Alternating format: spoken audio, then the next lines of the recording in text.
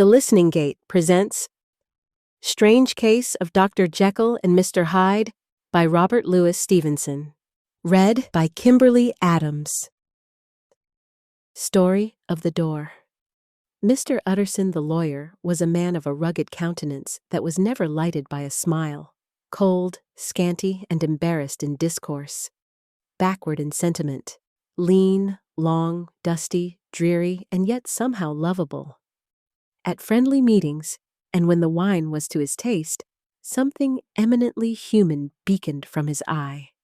Something, indeed, which never found its way into his talk, but which spoke not only in these silent symbols of the after-dinner face, but more often and loudly in the acts of his life. He was austere with himself, drank gin when he was alone, to mortify a taste for vintages, and though he enjoyed the theatre, had not crossed the doors of one for 20 years. But he had an approved tolerance for others, sometimes wondering, almost with envy, at the high pressure of spirits involved in their misdeeds, and in any extremity inclined to help, rather than to reprove. "I incline to Cain's heresy," he used to say quaintly. "I let my brother go to the devil in his own way." In this character, it was frequently his fortune to be the last reputable acquaintance and the last good influence in the lives of down-going men, and to such as these, so long as they came about his chambers, he never marked a shade of change in his demeanor. No doubt the feat was easy to Mr. Utterson, for he was undemonstrative at the best, and even his friendship seemed to be founded in a similar catholicity of good nature. It is the mark of a modest man to accept his friendly circle ready-made from the hands of opportunity, and that was the lawyer's way. His friends were those of his own blood or those whom he had known the longest. His affections, like ivy, were the growth of time. They implied no aptness in the object. Hence, no doubt the bond that united him to Mr. Richard Enfield, his distant kinsman, the well-known man about town. It was a nut to crack for many what these two could see in each other, or what subject they could find in common. It was reported by those who encountered them in their Sunday walks, that they said nothing, looked singularly dull, and would hail with obvious relief the appearance of a friend. For all that, the two men put the greatest store by these excursions, counted them the chief jewel of each week, and not only set aside occasions of pleasure, but even resisted the calls of business, that they might enjoy them uninterrupted. It chanced on one of these rambles that their way led them down a by-street in a busy quarter of London. The street was small and what is called quiet, but it drove a thriving trade on the weekdays. The inhabitants were all doing well, it seemed, and all emulously hoping to do better still, and laying out the surplus of their gains in coquetry, so that the shop-fronts stood along that thoroughfare with an air of invitation, like rows of smiling saleswomen. Even on Sunday, when it veiled its more florid charms and lay comparatively empty of passage, the street shone out in contrast to its dingy neighborhood like a fire in a forest. And with its freshly painted shutters, well-polished brasses, and general cleanliness and gaiety of note, instantly caught and pleased the eye of the passenger. 2 doors from one corner, on the left hand going east, the line was broken by the entry of a court, and just at that point, a certain sinister block of building thrust forward its gable on the street. It was 2 stories high, showed no window, nothing but a door on the lower story, and a blind forehead of discolored wall on the upper, and bore in every feature the marks of prolonged and sordid negligence. The door, which was equipped with neither bell nor knocker, was blistered and disdained. Tramps slouched into the recess and struck matches on the panels. Children kept shop upon the steps. The schoolboy had tried his knife on the moldings, and for close on a generation, no one had appeared to drive away these random visitors or to repair their ravages. Mr. Enfield and the lawyer were on the other side of the by-street. but when they came abreast of the entry, the former lifted up his cane and pointed. "Did you ever remark that door?" he asked, and when his companion had replied in the affirmative, "It is connected in my mind," added he, with a very odd story. "Indeed," said Mr. Utterson with a slight change of voice. "And what was that?" "Well, it was this way," returned Mr. Enfield. "I was coming home from some place at the end of the world, about 3 o'clock of a black winter morning, and my way lay through a part of town where there was literally nothing to be seen but lamps. Street after street and all the folks asleep. Street after street, all lighted up as if for a procession, and all as empty as a church, till at last I got into that state of mind when a man listens and begins to long for the sight of a policeman. All at once, I saw two figures. One, a little man who was stumping along eastward at a good walk, and the other, a girl of maybe 8 or 10, who was running as hard as she was able down a cross street. Well, sir, the two ran into one another naturally enough at the corner, and then came the horrible part of the thing, for the man trampled calmly over the child's body and left her screaming on the ground. It sounds nothing to hear, but it was hellish to see. It wasn't like a man. It was like some damned juggernaut. I gave a few hello, took to my heels, collared my gentleman, and brought him back to where there was already quite a group about the screaming child. He was perfectly cool and made no resistance, but gave me one look so ugly that it brought out the sweat on me like running. The people who had turned out were the girl's own family, and pretty soon the doctor, for whom she had been sent, put in his appearance. Well, the child was not much the worse, more frightened according to the sawbones, and there you might have supposed would be an end to it. But there was one curious circumstance. I had taken a loathing to my gentleman at first sight. So had the child's family, which was only natural. But the doctor's case was what struck me. He was the usual cut-and-dry apothecary, of no particular age and color, with a strong Edinburgh accent, and about as emotional as a bagpipe. Well, sir, he was like the rest of us. Every time he looked at my prisoner, I saw that Sawbones turned sick and white with the desire to kill him. I knew what was in his mind, just as he knew what was in mine, and killing being out of the question, we did the next best. We told the man we could and would make such a scandal out of this as should make his name stink from one end of London to the other.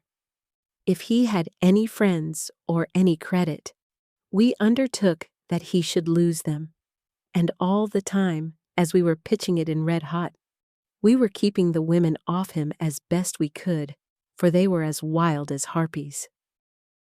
I never saw a circle of such hateful faces, and there was the man in the middle, with a kind of black sneering coolness. Frightened too, I could see that, but carrying it off, sir, really like Satan. "If you choose to make capital out of this accident," said he, "I am naturally helpless. No gentleman but wishes to avoid a scene," says he. "Name your figure." Well, we screwed him up to £100 for the child's family. He would have clearly liked to stick out. But there was something about the lot of us that meant mischief, and at last he struck. The next thing was to get the money. And where do you think he carried us but to that place with the door? Whipped out a key, went in, and presently came back with the matter of £10 in gold, and a check for the balance on Coutts's, drawn payable to bearer, and signed with a name that I can't mention, though it's one of the points of my story. But it was a name at least very well known and often printed. The figure was stiff, but the signature was good for more than that if it was only genuine. I took the liberty of pointing out to my gentleman that the whole business looked apocryphal, and that a man does not, in real life, walk into a cellar door at 4 in the morning and come out with another man's check for close upon £100. But he was quite easy and sneering. "Set your mind at rest," says he. "I will stay with you till the banks open and cash the check myself." So we all set off, the doctor and the child's father and our friend and myself, and passed the rest of the night in my chambers. And next day, when we had breakfasted, went in a body to the bank. I gave in the check myself, and said I had every reason to believe it was a forgery. Not a bit of it. The check was genuine. "Tut, tut," said Mr. Utterson. "I see you feel as I do," said Mr. Enfield. "Yes, it's a bad story, for my man was a fellow that nobody could have to do with, a really damnable man, and the person that drew the check is the very pink of the proprieties, celebrated too, and, what makes it worse, one of your fellows who do what they call good. Blackmail, I suppose. An honest man paying through the nose for some of the capers of his youth? Blackmail House is what I call the place with the door, in consequence, though even that, you know, is far from explaining all," he added, and with the words fell into a vein of musing. From this, he was recalled by Mr. Utterson asking rather suddenly, "And you don't know if the drawer of the check lives there?" "A likely place, isn't it?" returned Mr. Enfield. "But I happen to have noticed his address. He lives in some square or other." "And you never asked about the place with the door?"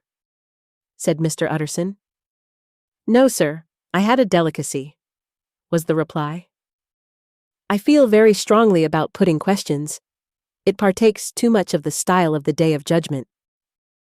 You start a question, and it's like starting a stone. You sit quietly on the top of a hill, and away the stone goes, starting others. And presently some bland old bird, the last you would have thought of, is knocked on the head in his own back garden, and the family have to change their name. No, sir, I make it a rule of mine. The more it looks like Queer Street, the less I ask." "A very good rule, too," said the lawyer. "But I have studied the place for myself," continued Mr. Enfield. "It seems scarcely a house. There is no other door, and nobody goes in or out of that one but, once in a great while, the gentleman of my adventure. There are 3 windows looking on the court on the first floor. None below. The windows are always shut, but they're clean. And then there is a chimney which is generally smoking, so somebody must live there. And yet it's not so sure, for the buildings are so packed together about the court, that it's hard to say where one ends and another begins." The pair walked on again for a while in silence, and then, "Enfield," said Mr. Utterson, "that's a good rule of yours." "Yes, I think it is," returned Enfield. "But for all that," continued the lawyer, "there's one point I want to ask. I want to ask the name of that man who walked over the child." "Well," said Mr. Enfield, "I can't see what harm it would do. It was a man of the name of Hyde." Said Mr. Utterson. "What sort of a man is he to see?" "He is not easy to describe. There is something wrong with his appearance, something displeasing, something downright detestable. I never saw a man I so disliked, and yet I scarce know why. He must be deformed somewhere. He gives a strong feeling of deformity, although I couldn't specify the point. He's an extraordinary-looking man. And yet I really can name nothing out of the way. No, sir, I can make no hand of it. I can't describe him. And it's not want of memory, for I declare I can see him this moment." Mr. Utterson again walked some way in silence, and obviously under a weight of consideration. "You are sure he used a key?" he inquired at last. "My dear sir," began Enfield, surprised out of himself. "Yes, I know," said Utterson. "I know it must seem strange. The fact is, if I do not ask you the name of the other party, it is because I know it already. You see, Richard, your tale has gone home. If you have been inexact in any point, You had better correct it." "I think you might have warned me," returned the other with a touch of sullenness. "But I have been pedantically exact, as you call it. The fellow had a key, and what's more, he has it still." "I saw him use it not a week ago." Mr. Utterson sighed deeply, but said never a word, and the young man presently resumed. "Here is another lesson to say nothing," said he. "I am ashamed of my long tongue. Let us make a bargain never to refer to this again." "With all my heart," said the lawyer. "I shake hands on that, Richard." Search for Mr. Hyde. That evening, Mr. Utterson came home to his bachelor house in somber spirits and sat down to dinner without relish. It was his custom of a Sunday, when this meal was over, to sit close by the fire, a volume of some dry divinity on his reading desk, until the clock of the neighboring church rang out the hour of 12, when he would go soberly and gratefully to bed. On this night, however, as soon as the cloth was taken away, he took up a candle and went into his business room. There he opened his safe, took from the most private part of it a document endorsed on the envelope as Dr. Jekyll's will, and sat down with a clouded brow to study its contents. The will was holograph, for Mr. Utterson, though he took charge of it now that it was made, had refused to lend the least assistance in the making of it. It provided not only that, in case of the decease of Henry Jekyll, M.D., D.C.L., L.L.D., F.R.S., etc., all his possessions were to pass into the hands of his friend and benefactor Edward Hyde, but that in case of Dr. Jekyll's disappearance or unexplained absence for any period exceeding 3 calendar months, the said Edward Hyde should step into the said Henry Jekyll's shoes without further delay and free from any burthen or obligation beyond the payment of a few small sums to the members of the doctor's household. This document had long been the lawyer's eyesore. It offended him both as a lawyer and as a lover of the sane and customary sides of life, to whom the fanciful was the immodest. And hitherto it was his ignorance of Mr. Hyde that had swelled his indignation. Now, by a sudden turn, it was his knowledge. It was already bad enough when the name was but a name, of which he could learn no more. It was worse when it began to be clothed upon with detestable attributes, and out of the shifting, insubstantial mists that had so long baffled his eye, there leaped up the sudden definite presentment of a fiend. "I thought it was madness," he said, as he replaced the obnoxious paper in the safe. "And now I begin to fear it is disgrace." With that, he blew out his candle, put on a greatcoat, and set forth in the direction of Cavendish Square, that citadel of medicine, where his friend, the great Dr. Lanyon, had his house and received his crowding patients. "If anyone knows, it will be Lanyon," he had thought. The solemn butler knew and welcomed him. He was subjected to no stage of delay, but ushered direct from the door to the dining room where Dr. Lanyon sat alone over his wine. This was a hearty, healthy, dapper, red-faced gentleman with a shock of hair prematurely white and a boisterous and decided manner. At sight of Mr. Utterson, he sprang up from his chair and welcomed him with both hands. The geniality, as was the way of the man, was somewhat theatrical to the eye, but it reposed on genuine feeling, for these two were old friends, old mates both at school and college, both thorough respecters of themselves and of each other, and what does not always follow, men who thoroughly enjoyed each other's company. After a little rambling talk, the lawyer led up to the subject which so disagreeably preoccupied his mind. "I suppose, Lanyon," said he, "you and I must be the 2 oldest friends that Henry Jekyll has."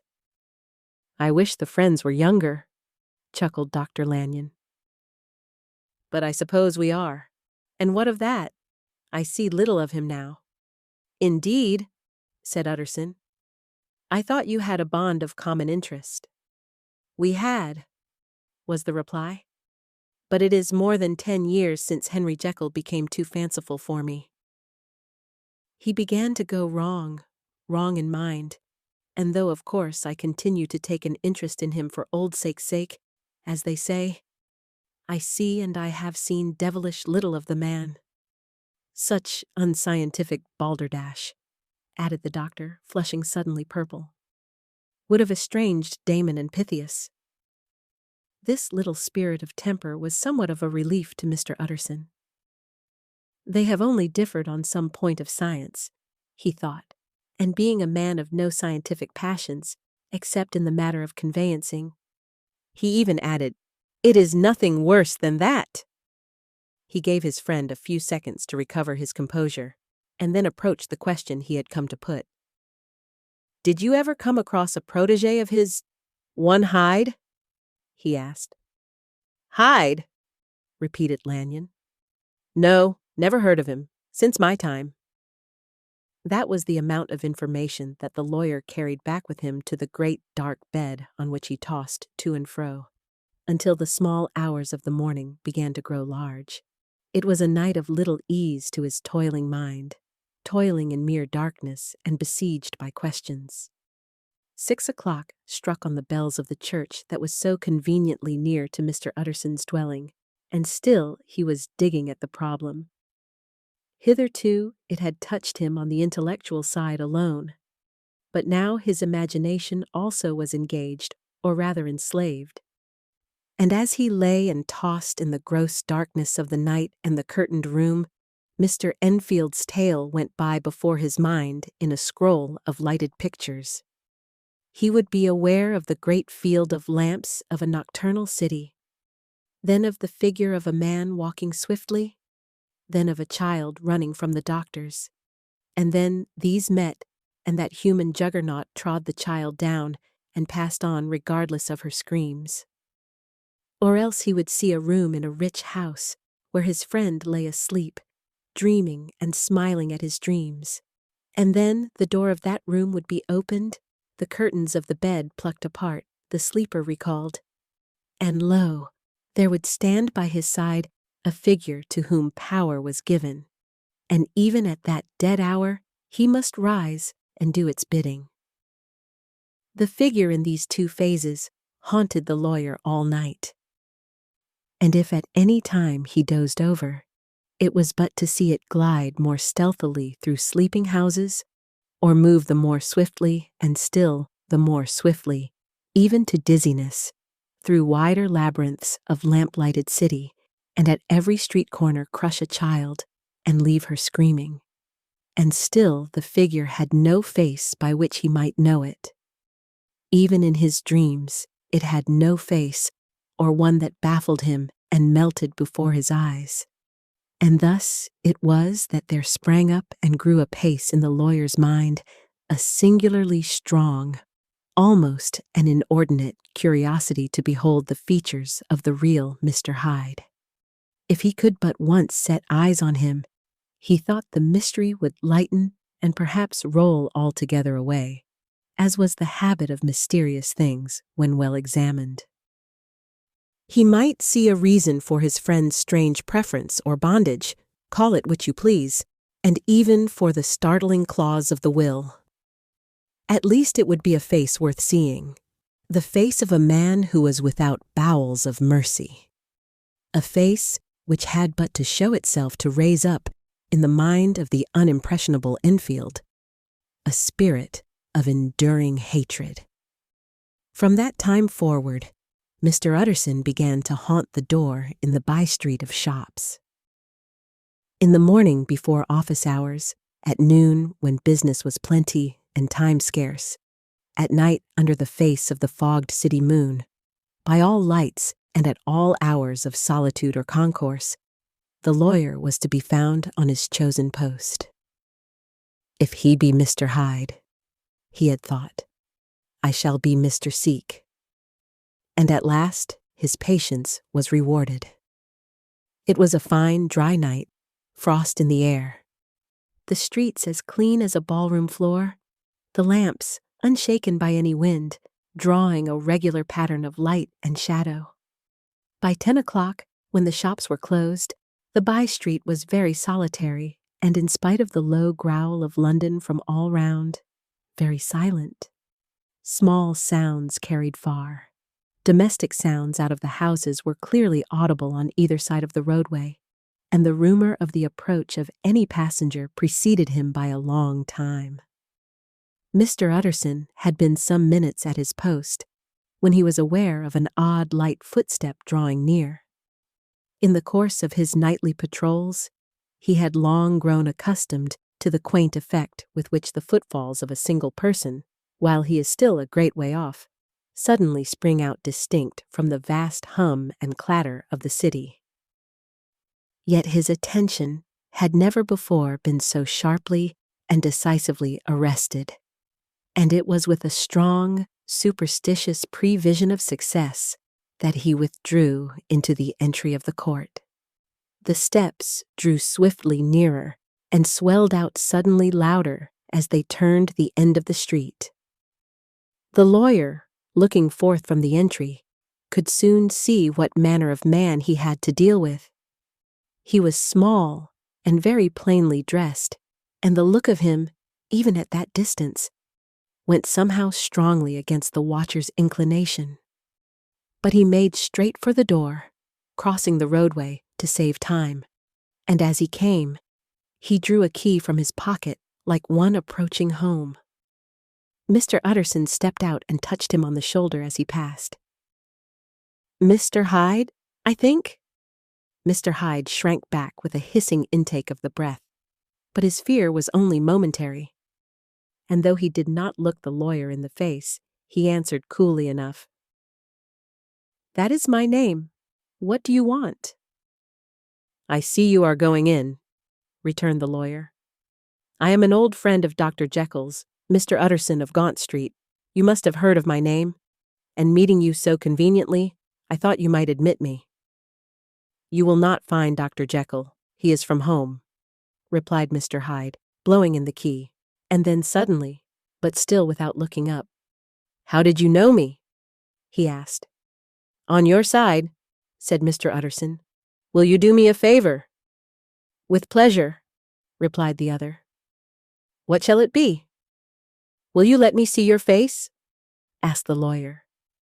Mr. Hyde appeared to hesitate, and then, as if upon some sudden reflection, fronted about with an air of defiance, and the pair stared at each other pretty fixedly for a few seconds. "Now I shall know you again," said Mr. Utterson. "It may be useful." "Yes," returned Mr. Hyde. "It is as well we have met, and apropos, you should have my address." And he gave a number of a street in Soho. "Good God," thought Mr. Utterson. "Can he, too, have been thinking of the will?" But he kept his feelings to himself and only grunted in acknowledgement of the address. "And now," said the other, "how did you know me?" "By description," was the reply. "Whose description?" "We have common friends," said Mr. Utterson. "Common friends," echoed Mr. Hyde, a little hoarsely. "Who are they?" "Jekyll, for instance," said the lawyer. "He never told you," cried Mr. Hyde, with a flush of anger. "I did not think you would have lied." "Come," said Mr. Utterson, "that is not fitting language." The other snarled aloud into a savage laugh, and the next moment, with extraordinary quickness, he had unlocked the door and disappeared into the house. The lawyer stood a while when Mr. Hyde had left him, the picture of disquietude. Then he began slowly to mount the street, pausing every step or two and putting his hand to his brow like a man in mental perplexity. The problem he was thus debating as he walked was one of a class that is rarely solved. Mr. Hyde was pale and dwarfish. He gave an impression of deformity without any nameable malformation. He had a displeasing smile. He had borne himself to the lawyer with a sort of murderous mixture of timidity and boldness, and he spoke with a husky, whispering, and somewhat broken voice. All these were points against him, but not all of these together could explain the hitherto unknown disgust, loathing, and fear with which Mr. Utterson regarded him. "There must be something else," said the perplexed gentleman. "There is something more, if I could find a name for it. God bless me, the man seems hardly human. Something troglodytic, shall we say? Or can it be the old story of Dr. Fell? Or is it the mere radiance of a foul soul that thus transpires through and transfigures its clay continent? The last, I think. For oh, my poor old Harry Jekyll, if ever I read Satan's signature upon a face, it is on that of your new friend." Round the corner from the by-street, there was a square of ancient, handsome houses, now for the most part decayed from their high estate, and let in flats and chambers to all sorts and conditions of men: map engravers, architects, shady lawyers, and the agents of obscure enterprises. One house, however, second from the corner, was still occupied entire, and at the door of this, which wore a great air of wealth and comfort, though it was now plunged in darkness except for the fanlight, Mr. Utterson stopped and knocked. A well-dressed, elderly servant opened the door. "Is Dr. Jekyll at home, Poole?" asked the lawyer. "I will see Mr. Utterson," said Poole, admitting the visitor, as he spoke, into a large, low-roofed, comfortable hall paved with flags, warmed, after the fashion of a country house, by a bright open fire and furnished with costly cabinets of oak. "Will you wait here by the fire, sir, or shall I give you a light in the dining-room?" "Here, thank you," said the lawyer, and he drew near and leaned on the tall fender. This hall, in which he was now left alone, was a pet fancy of his friend the doctor's, and Utterson himself was wont to speak of it as the pleasantest room in London. But tonight there was a shudder in his blood. The face of Hyde sat heavy on his memory. He felt, what was rare with him, a nausea and distaste of life, and in the gloom of his spirits he seemed to read a menace in the flickering of the firelight on the polished cabinets and the uneasy starting of the shadow on the roof. He was ashamed of his relief when Poole presently returned to announce that Dr. Jekyll was gone out. "I saw Mr. Hyde go in by the old dissecting room, Poole," he said. "Is that right, when Dr. Jekyll is from home?" "Quite right, Mr. Utterson, sir," replied the servant. "Mr. Hyde has a key." "Your master seems to repose a great deal of trust in that young man, Poole," resumed the other musingly. "Yes, sir, he does indeed," said Poole. "We have all orders to obey him." "I do not think I ever met Mr. Hyde?" asked Utterson. "Oh, dear no, sir. He never dines here," replied the butler. "Indeed, we see very little of him on this side of the house. He mostly comes and goes by the laboratory." "Well, good night, Poole." "Good night, Mr. Utterson." And the lawyer set out homeward with a very heavy heart. "Poor Harry Jekyll," he thought. "My mind misgives me he is in deep waters. He was wild when he was young, a long while ago to be sure. But in the law of God there is no statute of limitations. Aye, it must be that. The ghost of some old sin, the cancer of some concealed disgrace. Punishment coming, pede claudo, years after memory has forgotten and self-love condoned the fault. And the lawyer, scared by the thought, brooded a while on his own past, groping in all the corners of memory, lest by chance some jack-in-the-box of an old iniquity should leap to light there. His past was fairly blameless. Few men could read the rolls of their life with less apprehension. Yet he was humbled to the dust by the many ill things he had done, and raised up again into a sober and fearful gratitude by the many he had come so near to doing yet avoided. And then, by a return on his former subject, he conceived a spark of hope. This Master Hyde, if he were studied, thought he, must have secrets of his own. Black secrets, by the look of him, secrets compared to which poor Jekyll's worst would be like sunshine. Things cannot continue as they are. It turns me cold to think of this creature stealing like a thief to Harry's bedside. Poor Harry, what awakening, and the danger of it. For if this Hyde suspects the existence of the will, he may grow impatient to inherit. I must put my shoulders to the wheel, if Jekyll will but let me, he added, if Jekyll will only let me. For once more he saw before his mind's eye, as clear as transparency, the strange clauses of the will. Dr. Jekyll was quite at ease. A fortnight later, by excellent good fortune, the doctor gave one of his pleasant dinners to some 5 or 6 old cronies, all intelligent, reputable men, and all judges of good wine. And Mr. Utterson so contrived that he remained behind after the others had departed. This was no new arrangement, but a thing that had befallen many scores of times. Where Utterson was liked, he was liked well. Hosts loved to detain the dry lawyer, when the light-hearted and loose-tongued had already their foot on the threshold. They liked to sit a while in his unobtrusive company, practicing for solitude, sobering their minds in the man's rich silence after the expense and strain of gaiety. To this rule, Dr. Jekyll was no exception, and as he now sat on the opposite side of the fire, a large, well-made, smooth-faced man of 50, with something of a slyish cast perhaps, but every mark of capacity and kindness, you could see by his looks that he cherished for Mr. Utterson a sincere and warm affection. "I have been wanting to speak to you, Jekyll," began the latter. "You know that will of yours?" A close observer might have gathered that the topic was distasteful, but the doctor carried it off gaily. "My poor Utterson," said he, "you are unfortunate in such a client. I never saw a man so distressed as you were by my will, unless it were that hide-bound pedant Lanyon at what he called my scientific heresies. Oh, I know he's a good fellow. You needn't frown. An excellent fellow, and I always mean to see more of him. But a hide-bound pedant for all that. An ignorant, blatant pedant. I was never more disappointed in any man than Lanyon. You know I never approved of it," pursued Utterson, ruthlessly disregarding the fresh topic.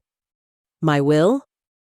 "Yes, certainly, I know that," said the doctor, a trifle sharply. "You have told me so." "Well, I tell you so again," continued the lawyer. "I have been learning something of young Hyde."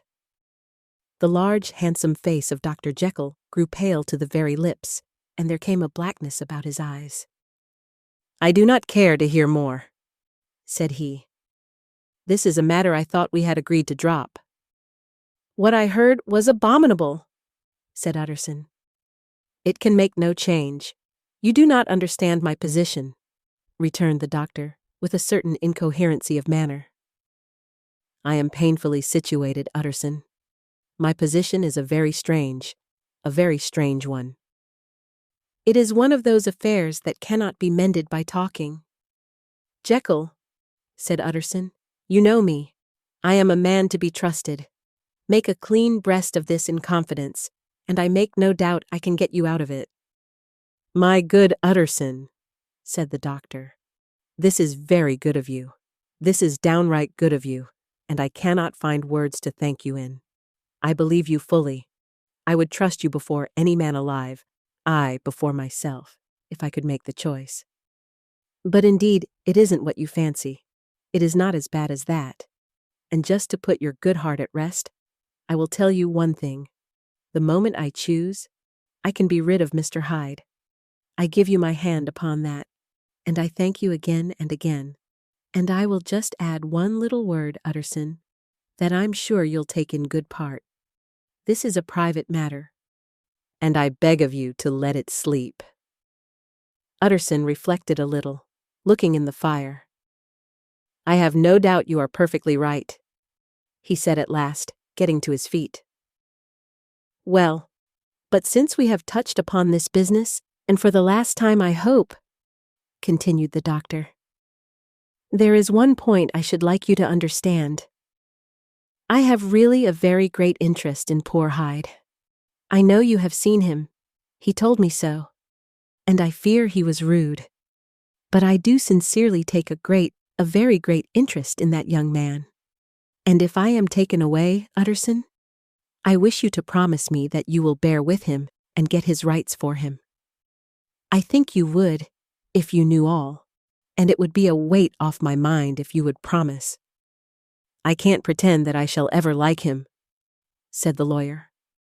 I don't ask that, pleaded Jekyll, laying his hand upon the other's arm. I only ask for justice. I only ask you to help him for my sake, when I am no longer here. Utterson heaved an irrepressible sigh. Well, said he, I promise. The CAREW murder case. Nearly a year later, in the month of October, 18, London was startled by a crime of singular ferocity and rendered all the more notable by the high position of the victim. The details were few and startling. A maidservant, living alone in a house not far from the river, had gone upstairs to bed about 11. Although a fog rolled over the city in the small hours, the early part of the night was cloudless, and the lane, which the maid's window overlooked, was brilliantly lit by the full moon. It seemed she was romantically given, for she sat down upon her box, which stood immediately under the window, and fell into a dream of musing. Never, she used to say with streaming tears when she narrated that experience, never had she felt more at peace with all men or thought more kindly of the world. And as she so sat, she became aware of an aged, beautiful gentleman with white hair drawing near along the lane, and advancing to meet him, another and very small gentleman, to whom at first she paid less attention. When they had come within speech, which was just under the maid's eyes, the older man bowed and accosted the other with a very pretty manner of politeness. It did not seem as if the subject of his address were of great importance. Indeed, from his pointing, it sometimes appeared as if he were only inquiring his way.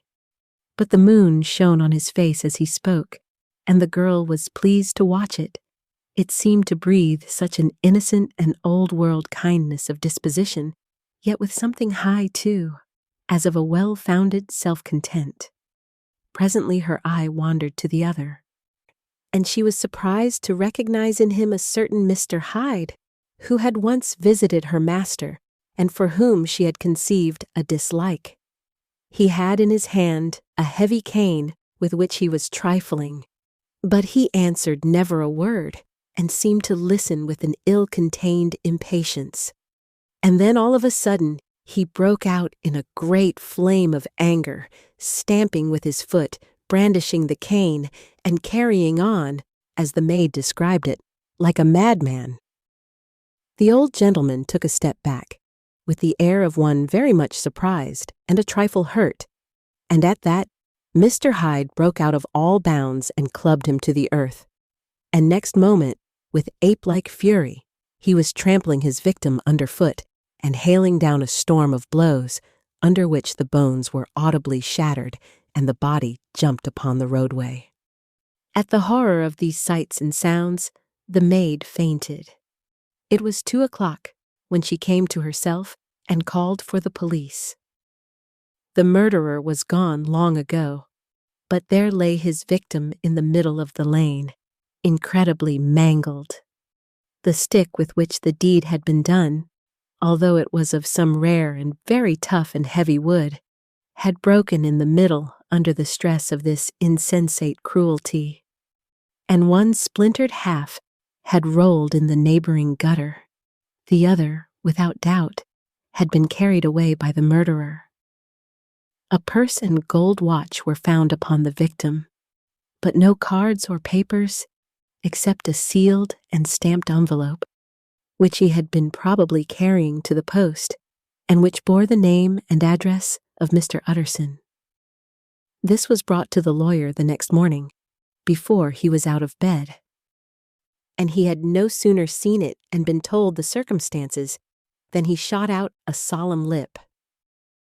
"I shall say nothing till I have seen the body," said he. This may be very serious. Have the kindness to wait while I dress."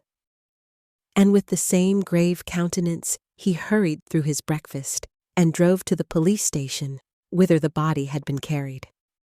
As soon as he came into the cell, he nodded. "Yes," said he. "I recognize him. I am sorry to say that this is Sir Danvers Carew." "Good God, sir!" exclaimed the officer. "Is it possible?" And the next moment his eye lighted up with professional ambition. "This will make a deal of noise," he said, "and perhaps you can help us to the man?" And he briefly narrated what the maid had seen and showed the broken stick. Mr. Utterson had already quailed at the name of Hyde, but when the stick was laid before him, he could doubt no longer. Broken and battered as it was, he recognized it for one that he had himself presented many years before to Henry Jekyll. "Is this Mr. Hyde a person of small stature?" he inquired. "Particularly small and particularly wicked-looking is what the maid calls him," said the officer. Mr. Utterson reflected, and then, raising his head, "If you will come with me in my cab," he said, "I think I can take you to his house." It was by this time about 9 in the morning, and the first fog of the season.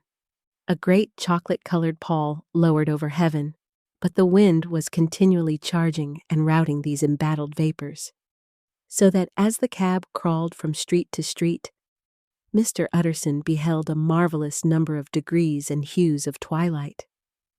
For here it would be dark like the back end of evening, and there would be a glow of a rich, lurid brown, like the light of some strange conflagration. And here, for a moment, the fog would be quite broken up, and a haggard shaft of daylight would glance in between the swirling wreaths. The dismal quarter of Soho, seen under these changing glimpses, with its muddy ways and slatternly passengers, and its lamps, which had never been extinguished or had been kindled afresh to combat this mournful re-invasion of darkness, seemed, in the lawyer's eyes, like a district of some city in a nightmare. The thoughts of his mind, besides, were of the gloomiest dye, and when he glanced at the companion of his drive, he was conscious of some touch of that terror of the law and the law's officers, which may at times assail the most honest. As the cab drew up before the address indicated, the fog lifted a little and showed him a dingy street, a gin palace, a low French eating-house, a shop for the retail of penny numbers and twopenny salads, many ragged children huddled in the doorways, and many women of many different nationalities passing out, key in hand, to have a morning glass. And the next moment the fog settled down again upon that part as brown as umber, and cut him off from his blackguardly surroundings. This was the home of Henry Jekyll's favorite, of a man who was heir to 250,000 sterling. An ivory-faced and silvery-haired old woman opened the door. She had an evil face, smoothed by hypocrisy, but her manners were excellent. "Yes," she said, "this was Mr. Hyde's, but he was not at home. He had been in that night very late. But he had gone away again in less than an hour." There was nothing strange in that. His habits were very irregular, and he was often absent. For instance, it was nearly 2 months since she had seen him till yesterday. "Very well, then, we wish to see his rooms," said the lawyer. And when the woman began to declare it was impossible, "I had better tell you who this person is," he added. "This is Inspector Newcomen of Scotland Yard." A flash of odious joy appeared upon the woman's face. "Ah!" said she. "He is in trouble. What has he done?" Mr. Utterson and the inspector exchanged glances. "He don't seem a very popular character," observed the latter. "And now, my good woman, just let me and this gentleman have a look about us." In the whole extent of the house, which but for the old woman remained otherwise empty, Mr. Hyde had only used a couple of rooms, but these were furnished with luxury and good taste. A closet was filled with wine. The plate was of silver, the napery elegant.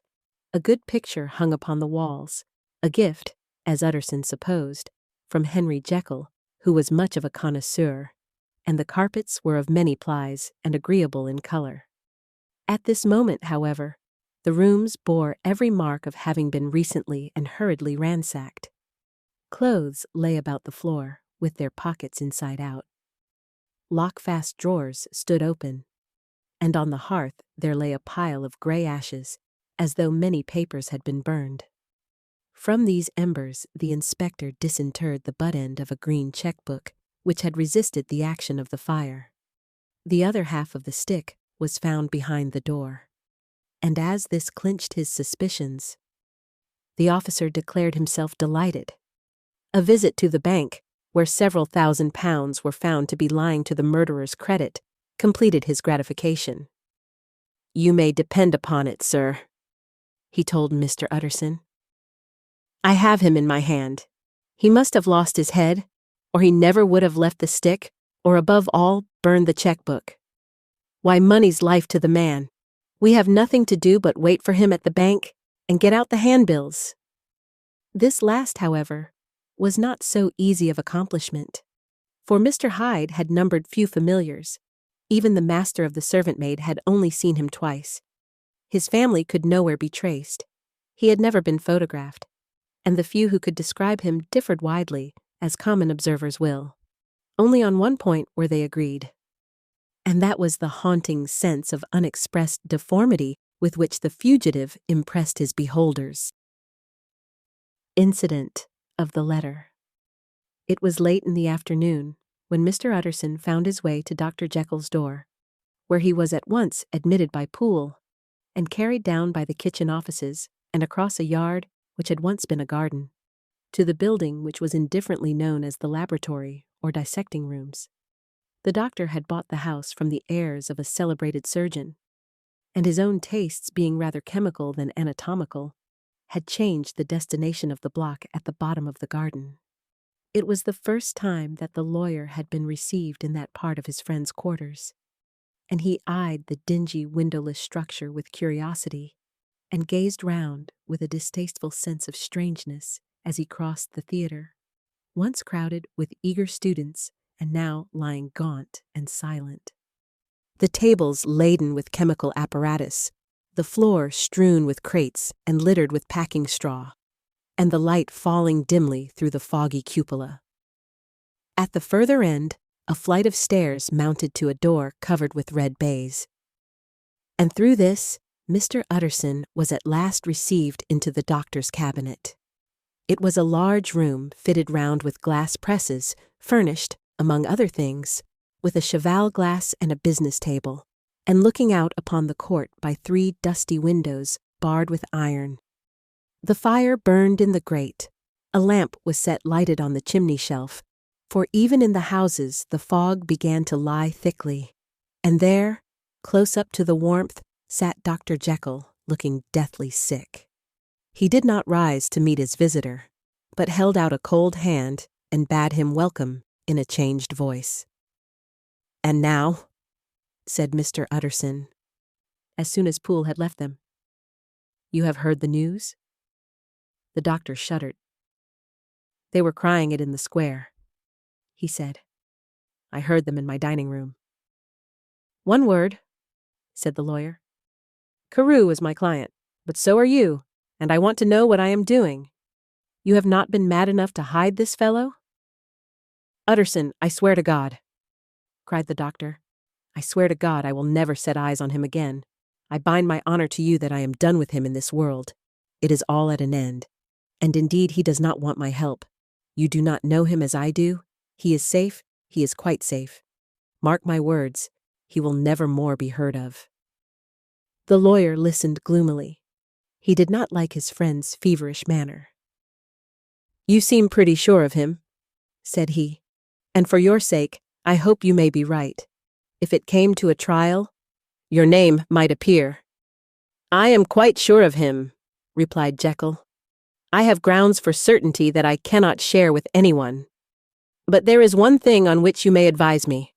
I have received a letter, and I am at a loss whether I should show it to the police I should like to leave it in your hands, Utterson. You would judge wisely, I am sure. I have so great a trust in you. You fear, I suppose, that it might lead to his detection? Asked the lawyer. No, said the other. I cannot say that I care what becomes of Hyde. I am quite done with him. I was thinking of my own character, which this hateful business has rather exposed. Utterson ruminated a while. He was surprised at his friend's selfishness, and yet relieved by it. Well, said he at last, let me see the letter. The letter was written in an odd, upright hand and signed Edward Hyde, and it signified, briefly enough, that the writer's benefactor, Dr. Jekyll, whom he had long so unworthily repaid for 1,000 generosities, need labor under no alarm for his safety, as he had means of escape on which he placed a sure dependence. The lawyer liked this letter well enough. It put a better color on the intimacy than he had looked for, and he blamed himself for some of his past suspicions.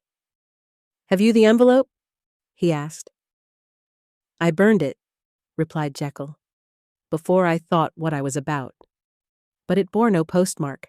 The note was handed in. Shall I keep this and sleep upon it? Asked Utterson. I wish you to judge for me entirely, was the reply. I have lost confidence in myself. Well, I shall consider, returned the lawyer. And now 1 word more. It was Hyde who dictated the terms in your will about that disappearance? The doctor seemed seized with a qualm of faintness. He shut his mouth tight and nodded. I knew it, said Utterson. He meant to murder you. You had a fine escape. I have had what is far more to the purpose, returned the doctor solemnly. I have had a lesson. Oh God, Utterson, what a lesson I have had! And he covered his face for a moment with his hands. On his way out, the lawyer stopped and had a word or two with Poole. By the by, said he, there was a letter handed in today. What was the messenger like? But Poole was positive nothing had come except by post. And only circulars by that, he added. This news sent off the visitor with his fears renewed. Plainly the letter had come by the laboratory door. Possibly, indeed, it had been written in the cabinet. And if that were so, it must be differently judged and handled with the more caution. The newsboys, as he went, were crying themselves hoarse along the footways. Special edition! Shocking murder of an MP. That was the funeral oration of one friend and client, and he could not help a certain apprehension lest the good name of another should be sucked down in the eddy of the scandal. It was, at least, a ticklish decision that he had to make, and self-reliant as he was by habit, he began to cherish a longing for advice. It was not to be had directly, but perhaps, he thought, it might be fished for.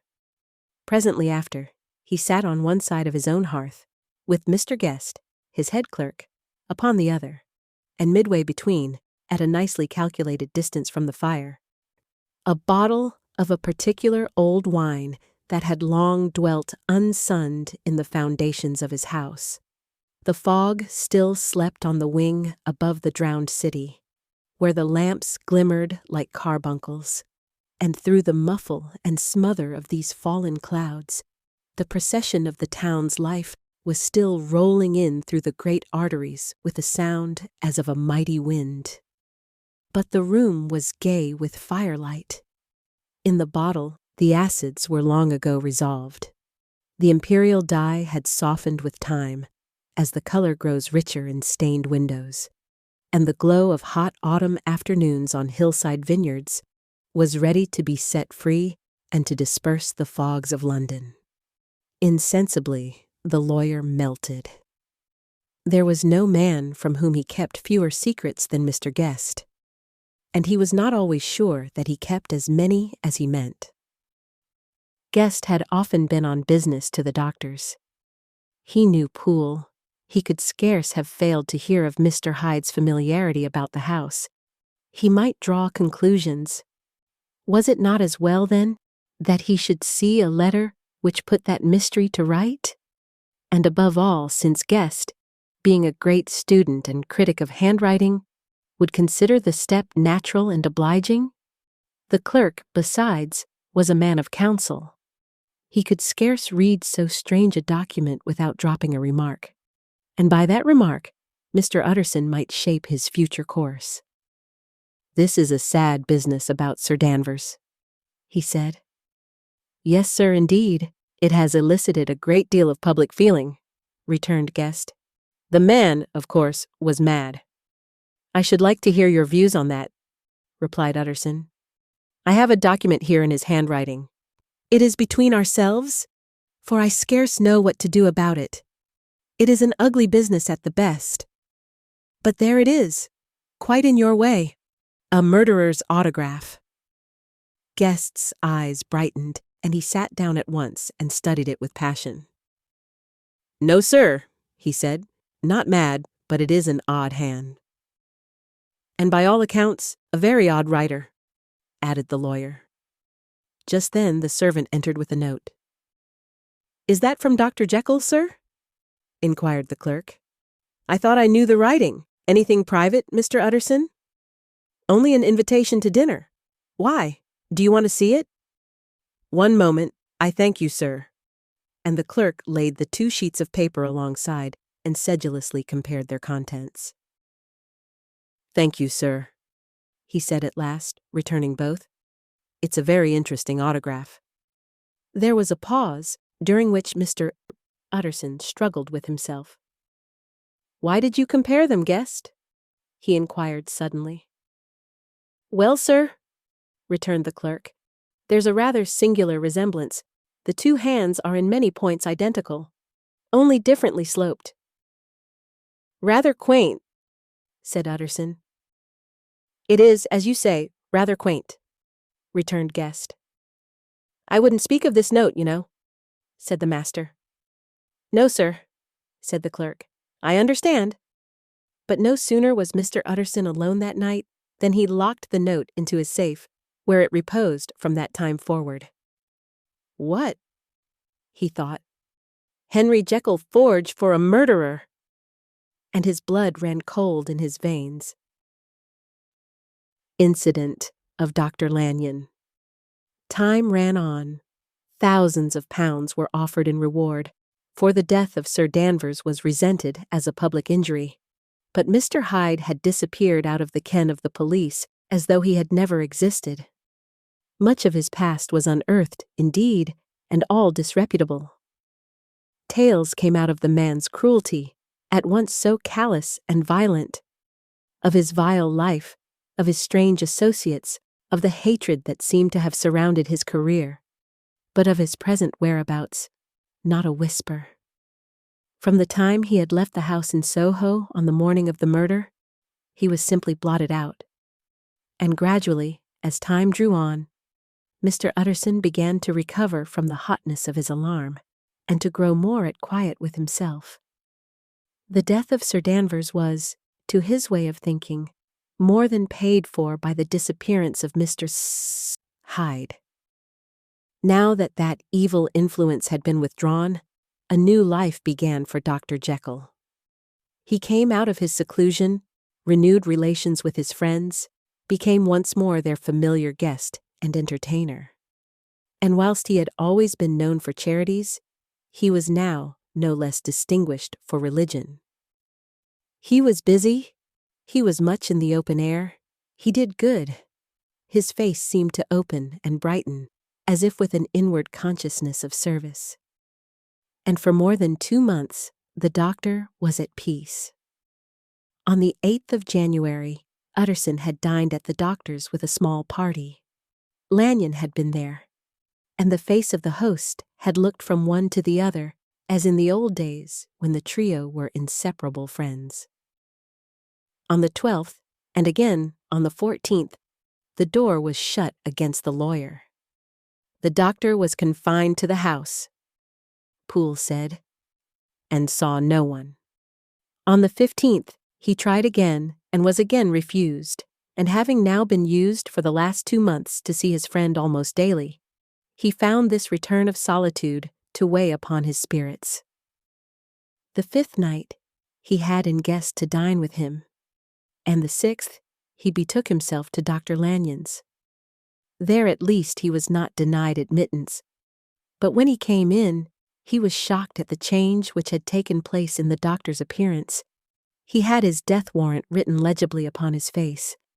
The rosy man had grown pale, his flesh had fallen away, he was visibly balder and older.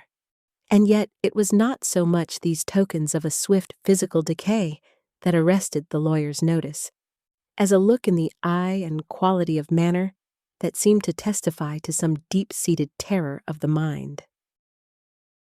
It was unlikely that the doctor should fear death, and yet that was what Utterson was tempted to suspect. Yes, he thought, he is a doctor. He must know his own state, and that his days are counted, and the knowledge is more than he can bear. And yet, when Utterson remarked on his ill looks, it was with an air of great firmness that Lanyon declared himself a doomed man. "I have had a shock," he said, "and I shall never recover. It is a question of weeks. Well, life has been pleasant. I liked it. Yes, sir, I used to like it. I sometimes think if we knew all, we should be more glad to get away." "Jekyll is ill, too," observed Utterson. "Have you seen him?" But Lanyon's face changed, and he held up a trembling hand. "I wish to see or hear no more of Dr. Jekyll," he said in a loud, unsteady voice. "I am quite done with that person. And I beg that you will spare me any allusion to one whom I regard as dead." "Tut, tut," said Mr. Utterson, and then after a considerable pause, "Can't I do anything?" he inquired. "We are 3 very old friends, Lanyon. We shall not live to make others." "Nothing can be done," returned Lanyon. "Ask himself." "He will not see me," said the lawyer. "I am not surprised at that," was the reply.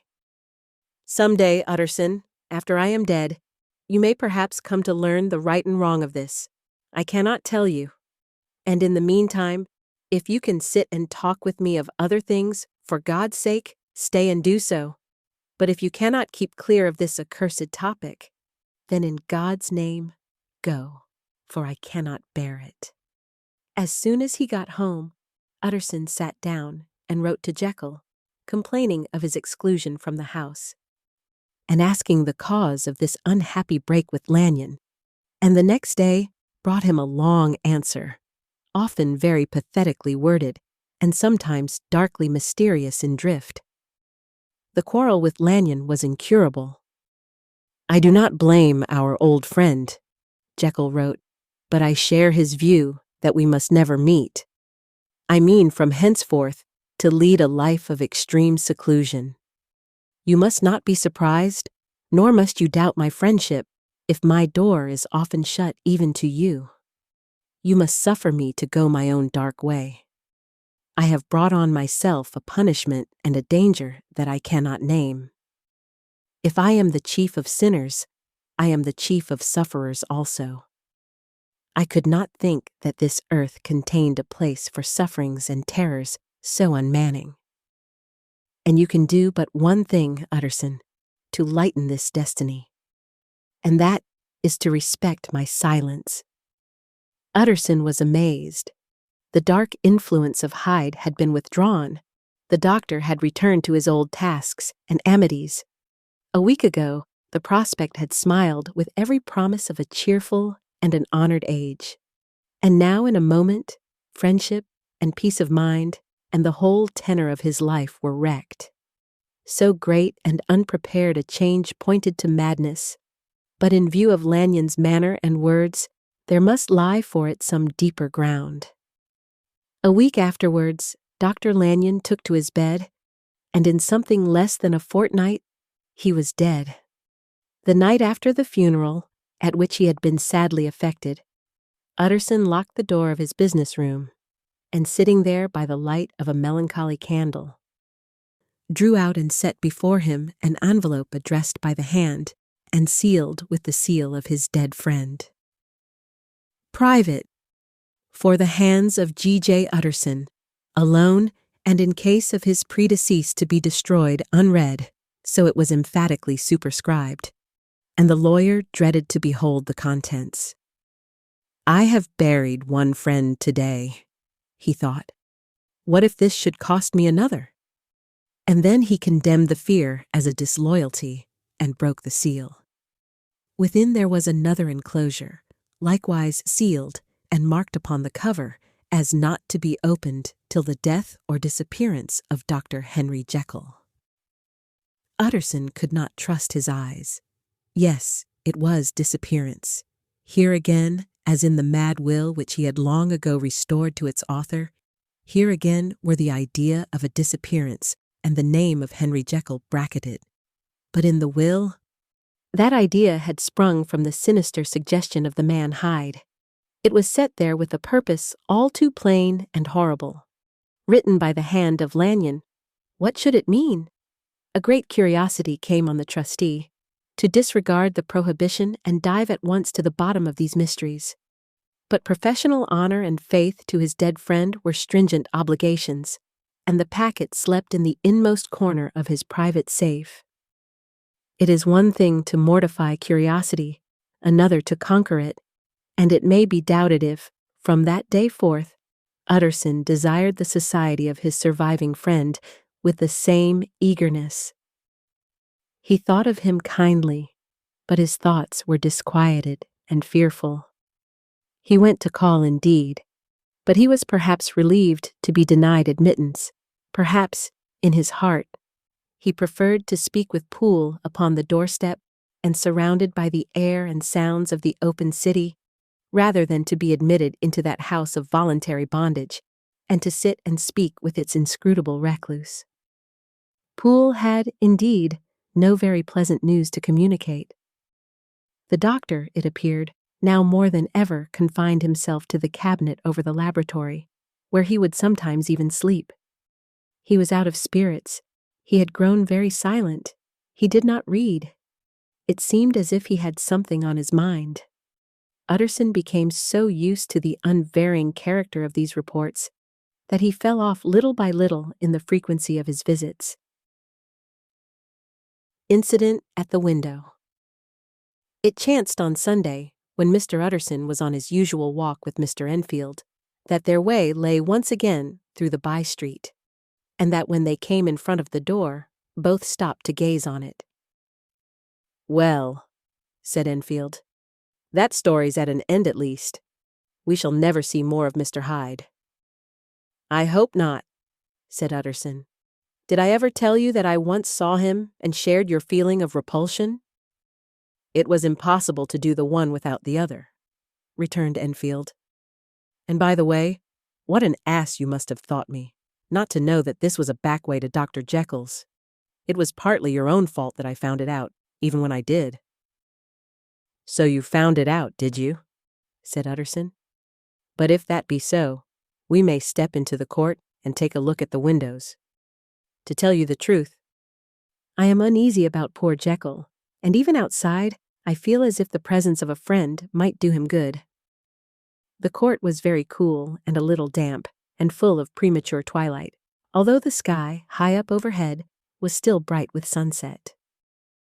The middle one of the three windows was halfway open, and sitting close beside it, taking the air with an infinite sadness of mien, like some disconsolate prisoner, Utterson saw Dr. Jekyll. "What? Jekyll?" he cried. "I trust you are better." "I am very low, Utterson," replied the doctor drearily. "Very low. It will not last long, thank God." "You stay too much indoors," said the lawyer. "You should be out, whipping up the circulation like Mr. Enfield and me. This is my cousin, Mr. Enfield, Dr. Jekyll. Come now, get your hat and take a quick turn with us." "You are very good," sighed the other. "I should like to very much, but no, it is quite impossible. I dare not." "But indeed, Utterson, I am very glad to see you. This is really a great pleasure. I would ask you and Mr. Enfield up, but the place is really not fit." "Why then," said the lawyer good-naturedly, "the best thing we can do is to stay down here and speak with you from where we are." "That is just what I was about to venture to propose," returned the doctor with a smile. But the words were hardly uttered before the smile was struck out of his face and succeeded by an expression of such abject terror and despair as froze the very blood of the two gentlemen below. They saw it, but for a glimpse, for the window was instantly thrust down. But that glimpse had been sufficient, and they turned and left the court without a word. In silence, too. They traversed the by-street, and it was not until they had come into a neighboring thoroughfare, where even upon a Sunday there were still some stirrings of life, that Mr. Utterson at last turned and looked at his companion. They were both pale, and there was an answering horror in their eyes. "God forgive us! God forgive us!" said Mr. Utterson. But Mr. Enfield only nodded his head very seriously and walked on once more in silence. The last night. Mr. Utterson was sitting by his fireside one evening after dinner, when he was surprised to receive a visit from Poole. "Bless me, Poole, what brings you here?" he cried, and then taking a second look at him, "What ails you?" he added. "Is the doctor ill?" "Mr. Utterson," said the man, "there is something wrong." "Take a seat, and here is a glass of wine for you," said the lawyer. "Now, take your time, and tell me plainly what you want." "You know the doctor's way, sir," replied Poole, "and how he shuts himself up. Well, he's shut up again in the cabinet, and I don't like it, sir. I wish I may die if I like it. Mr. Utterson, sir, I'm afraid." "Now, my good man," said the lawyer, "be explicit. What are you afraid of?" "I've been afraid for about a week," returned Poole, doggedly disregarding the question. "And I can bear it no more." The man's appearance amply bore out his words. His manner was altered for the worse, and except for the moment when he had first announced his terror, he had not once looked the lawyer in the face. Even now he sat with the glass of wine untasted on his knee, and his eyes directed to a corner of the floor. "I can bear it no more," he repeated. "Come," said the lawyer. "I see you have some good reason, Poole. I see there is something seriously amiss. Try to tell me what it is." "I think there's been foul play," said Poole hoarsely. "Foul play!" cried the lawyer, a good deal frightened and rather inclined to be irritated in consequence. "What foul play? What does the man mean?" "I daren't say, sir," was the answer. "But will you come along with me and see for yourself?" Mr. Utterson's only answer was to rise and get his hat and greatcoat, but he observed with wonder the greatness of the relief that appeared upon the butler's face, and perhaps with no less, that the wine was still untasted when he set it down to follow. It was a wild, cold, seasonable night of March, with a pale moon lying on her back as though the wind had tilted her, and flying wrack of the most diaphanous and lawny texture. The wind made talking difficult and flecked the blood into the face. It seemed to have swept the streets unusually bare of passengers, besides, for Mr. Utterson thought he had never seen that part of London so deserted. He could have wished it otherwise. Never in his life had he been conscious of so sharp a wish to see and touch his fellow creatures. For struggle as he might, there was borne in upon his mind a crushing anticipation of calamity. The square, when they got there, was full of wind and dust, and the thin trees in the garden were lashing themselves along the railing. Poole, who had kept all the way a pace or two ahead, now pulled up in the middle of the pavement, and in spite of the biting weather, took off his hat and mopped his brow with a red pocket-handkerchief. But for all the hurry of his coming, these were not the dews of exertion that he wiped away. but the moisture of some strangling anguish. For his face was white, and his voice, when he spoke, harsh and broken.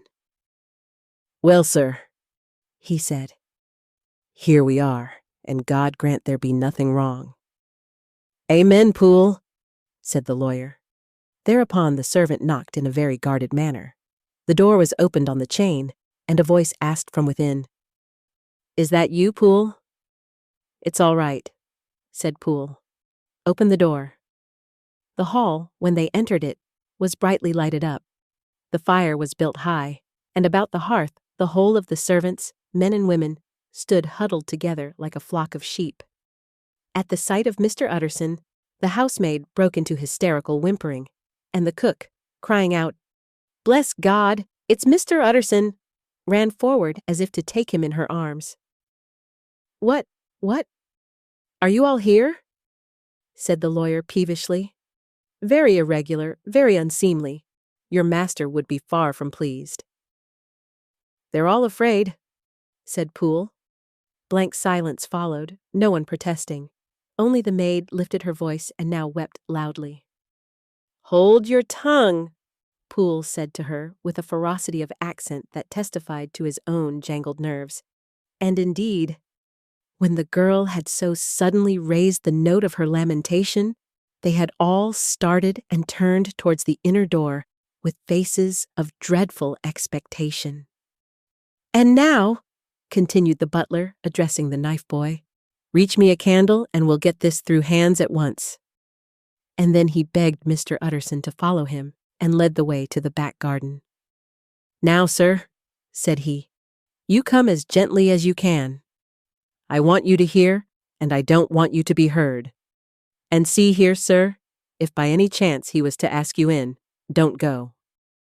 Mr. Utterson's nerves, at this unlooked-for termination, gave a jerk that nearly threw him from his balance, but he recollected his courage and followed the butler into the laboratory building through the surgical theater, with its lumber of crates and bottles, to the foot of the stair. Here Poole motioned him to stand on one side and listen, while he himself, setting down the candle and making a great and obvious call on his resolution, mounted the steps and knocked with a somewhat uncertain hand on the red baize of the cabinet door. "Mr. Utterson, sir, asking to see you," he called, and even as he did so, once more violently signed to the lawyer to give ear. A voice answered from within. "Tell him I cannot see anyone," it said complainingly. "Thank you, sir," said Poole, with a note of something like triumph in his voice. And taking up his candle, he led Mr. Utterson back across the yard and into the great kitchen, where the fire was out and the beetles were leaping on the floor. "Sir," he said, looking Mr. Utterson in the eyes, "was that my master's voice?" "It seems much changed," replied the lawyer, very pale, but giving look for look. "Changed? Well, yes, I think so," said the butler. "Have I been 20 years in this man's house to be deceived about his voice?" "No, sir. Master's made away with. He was made away with 8 days ago, when we heard him cry out upon the name of God. And who's in there instead of him, and why it stays there, is a thing that cries to heaven, Mr. Utterson. This is a very strange tale, Poole. This is rather a wild tale, my man," said Mr. Utterson, biting his finger. "Suppose it were as you suppose, supposing Dr. Jekyll to have been, well, murdered. What could induce the murderer to stay? That won't hold water. It doesn't commend itself to reason." "Well, Mr. Utterson, you are a hard man to satisfy, but I'll do it yet," said Poole. "All this last week, you must know, him, or it, whatever it is that lives in that cabinet, has been crying night and day for some sort of medicine and cannot get it to his mind. It was sometimes his way, the master's, that is, to write his orders on a sheet of paper and throw it on the stair. We've had nothing else this week back, nothing but papers and a closed door and the very meals left there to be smuggled in when nobody was looking. Well, sir, every day, aye, and twice and thrice in the same day, There have been orders and complaints, and I have been sent flying to all the wholesale chemists in town. Every time I brought the stuff back, there would be another paper telling me to return it because it was not pure, and another order to a different firm. This drug is wanted bitter bad, sir, whatever for. Have you any of these papers? Asked Mr. Utterson. Poole felt in his pocket and handed out a crumpled note, which the lawyer, bending nearer to the candle, carefully examined. Its contents ran thus. Dr. Jekyll presents his compliments to Messrs. Maw. He assures them that their last sample is impure and quite useless for his present purpose. In the year 18, Dr. J purchased a somewhat large quantity from Messrs. M. He now begs them to search with most sedulous care, and should any of the same quality be left, forward it to him at once. Expense is no consideration. The importance of this to Dr. J can hardly be exaggerated. So far the letter had run composedly enough, but here with a sudden splutter of the pen, the writer's emotion had broken loose. For God's sake, he added, find me some of the old. This is a strange note, said Mr. Utterson, and then sharply, how do you come to have it open? The man at Maw's was main angry, sir, and he threw it back to me like so much dirt, returned Poole. This is unquestionably the doctor's hand, do you know? Resumed the lawyer. I thought it looked like it, said the servant rather sulkily, and then, with another voice, but what matters hand of right? He said. I've seen him. Seen him? Repeated Mr. Utterson. Well, that's it, said Poole. It was this way. I came suddenly into the theater from the garden. It seems he had slipped out to look for this drug or whatever it is, for the cabinet door was open, and there he was at the far end of the room digging among the crates. He looked up when I came in, gave a kind of cry, and whipped upstairs into the cabinet. It was but for 1 minute that I saw him, but the hair stood upon my head like quills. Sir, if that was my master, why had he a mask upon his face? If it was my master, why did he cry out like a rat and run from me? I have served him long enough. And then the man paused and passed his hand over his face. These are all very strange circumstances, said Mr. Utterson, but I think I begin to see daylight. Your master, Poole, is plainly seized with one of those maladies that both torture and deform the sufferer. Hence, for aught I know, the alteration of his voice. Hence, the mask and the avoidance of his friends. Hence, his eagerness to find this drug, by means of which the poor soul retains some hope of ultimate recovery. God grant that he be not deceived. There is my explanation. It is sad enough, Poole, aye, and appalling to consider. But it is plain and natural, hangs well together, and delivers us from all exorbitant alarms. Sir, said the butler, turning to a sort of mottled pallor, that thing was not my master, and there's the truth. My master, here he looked round him and began to whisper, is a tall, fine build of a man, and this was more of a dwarf. Utterson attempted to protest. Oh, sir, cried Poole, do you think I do not know my master after 20 years? Do you think I do not know where his head comes to in the cabinet door, where I saw him every morning of my life? No, sir. That thing in the mask was never Dr. Jekyll. God knows what it was, but it was never Dr. Jekyll. And it is the belief of my heart that there was murder done. Poole, replied the lawyer, if you say that, it will become my duty to make certain. Much as I desire to spare your master's feelings, much as I am puzzled by this note which seems to prove him to be still alive, I shall consider it my duty to break in that door. Ah, Mr. Utterson, that's talking, cried the butler. And now comes the second question, resumed Utterson. Who is going to do it? Why, you and me, sir, was the undaunted reply. That's very well said, returned the lawyer. And whatever comes of it, I shall make it my business to see you are no loser." "There is an axe in the theater," continued Poole, "and you might take the kitchen poker for yourself." The lawyer took that rude but weighty instrument into his hand and balanced it. "Do you know, Poole," he said, looking up, "that you and I are about to place ourselves in a position of some peril?" "You may say so, sir, indeed," returned the butler. "It is well, then, that we should be frank," said the other. "We both think more than we have said. Let us make a clean breast. This masked figure that you saw, did you recognize it?" "Well, sir, it went so quick, and the creature was so doubled up that I could hardly swear to that," was the answer. "But if you mean, was it Mr. Hyde?" "Why, yes, I think it was. You see, it was much of the same bigness, and it had the same quick, light way with it. And then who else could have got in by the laboratory door? You have not forgot, sir, that at the time of the murder he had still the key with him. But that's not all. I don't know, Mr. Utterson, if you ever met this Mr. Hyde?" "Yes," said the lawyer. "I once spoke with him." "Then you must know as well as the rest of us that there was something queer about that gentleman. Something that gave a man a turn. I don't know rightly how to say it, sir, beyond this, that you felt in your marrow kind of cold and thin." "I own I felt something of what you describe," said Mr. Utterson. "Quite so, sir," returned Poole. "Well, when that masked thing like a monkey jumped from among the chemicals and whipped into the cabinet, it went down my spine like ice." "Oh, I know it's not evidence, Mr. Utterson. I'm book-learned enough for that.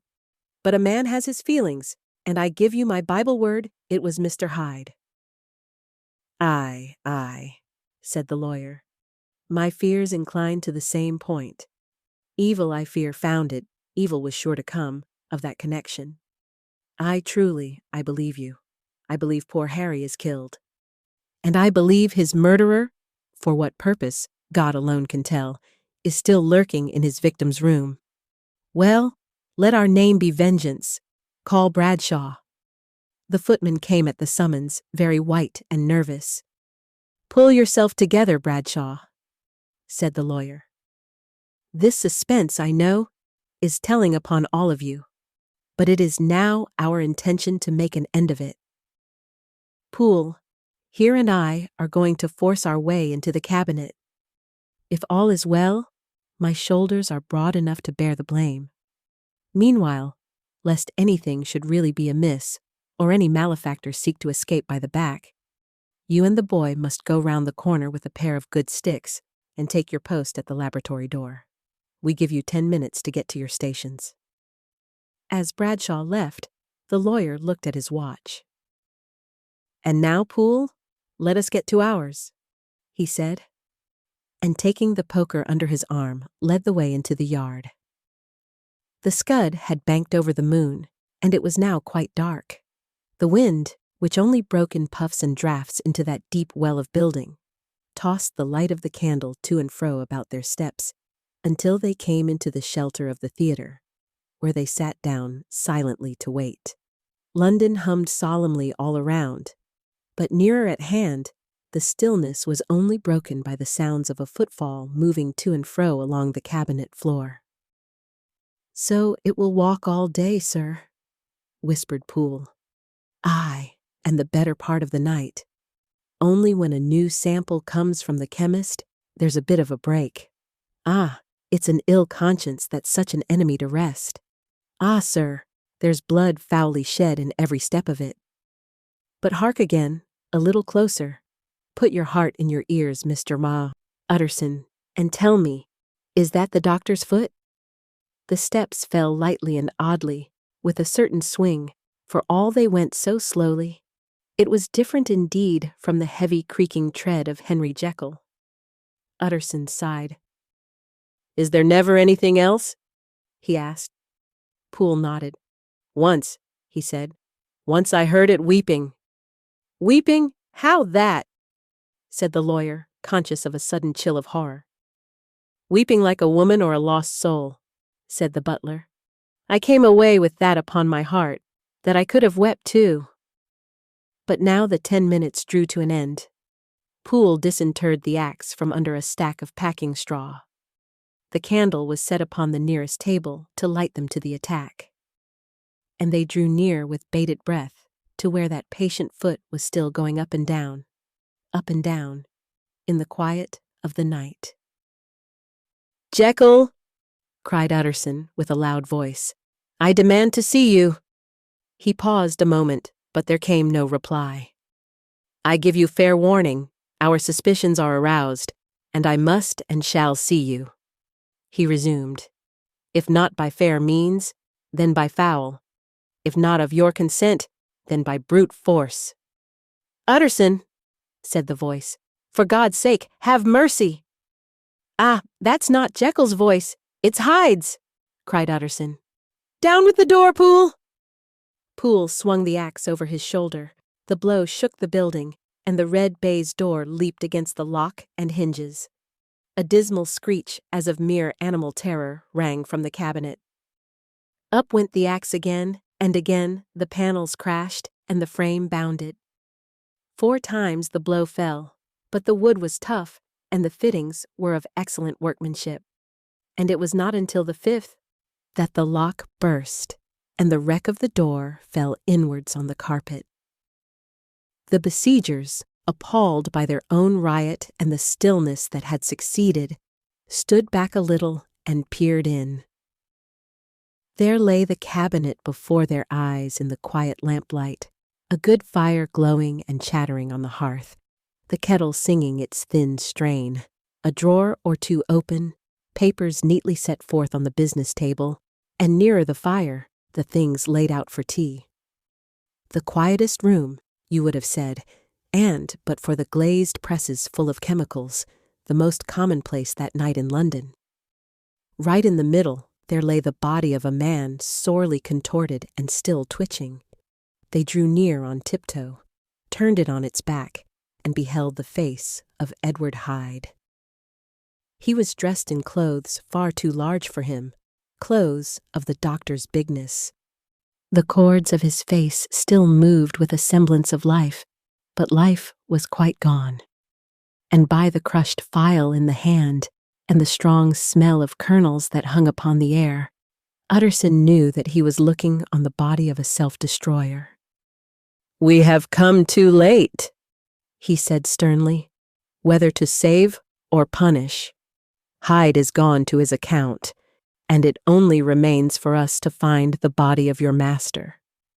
The far greater proportion of the building was occupied by the theater, which filled almost the whole ground story and was lighted from above, and by the cabinet, which formed an upper story at one end and looked upon the court.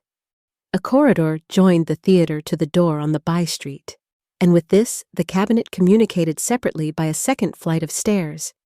There were besides a few dark closets and a spacious cellar. All these they now thoroughly examined. Each closet needed but a glance, for all were empty, and all, by the dust that fell from their doors, had stood long unopened. The cellar, indeed, was filled with crazy lumber, mostly dating from the times of the surgeon who was Jekyll's predecessor.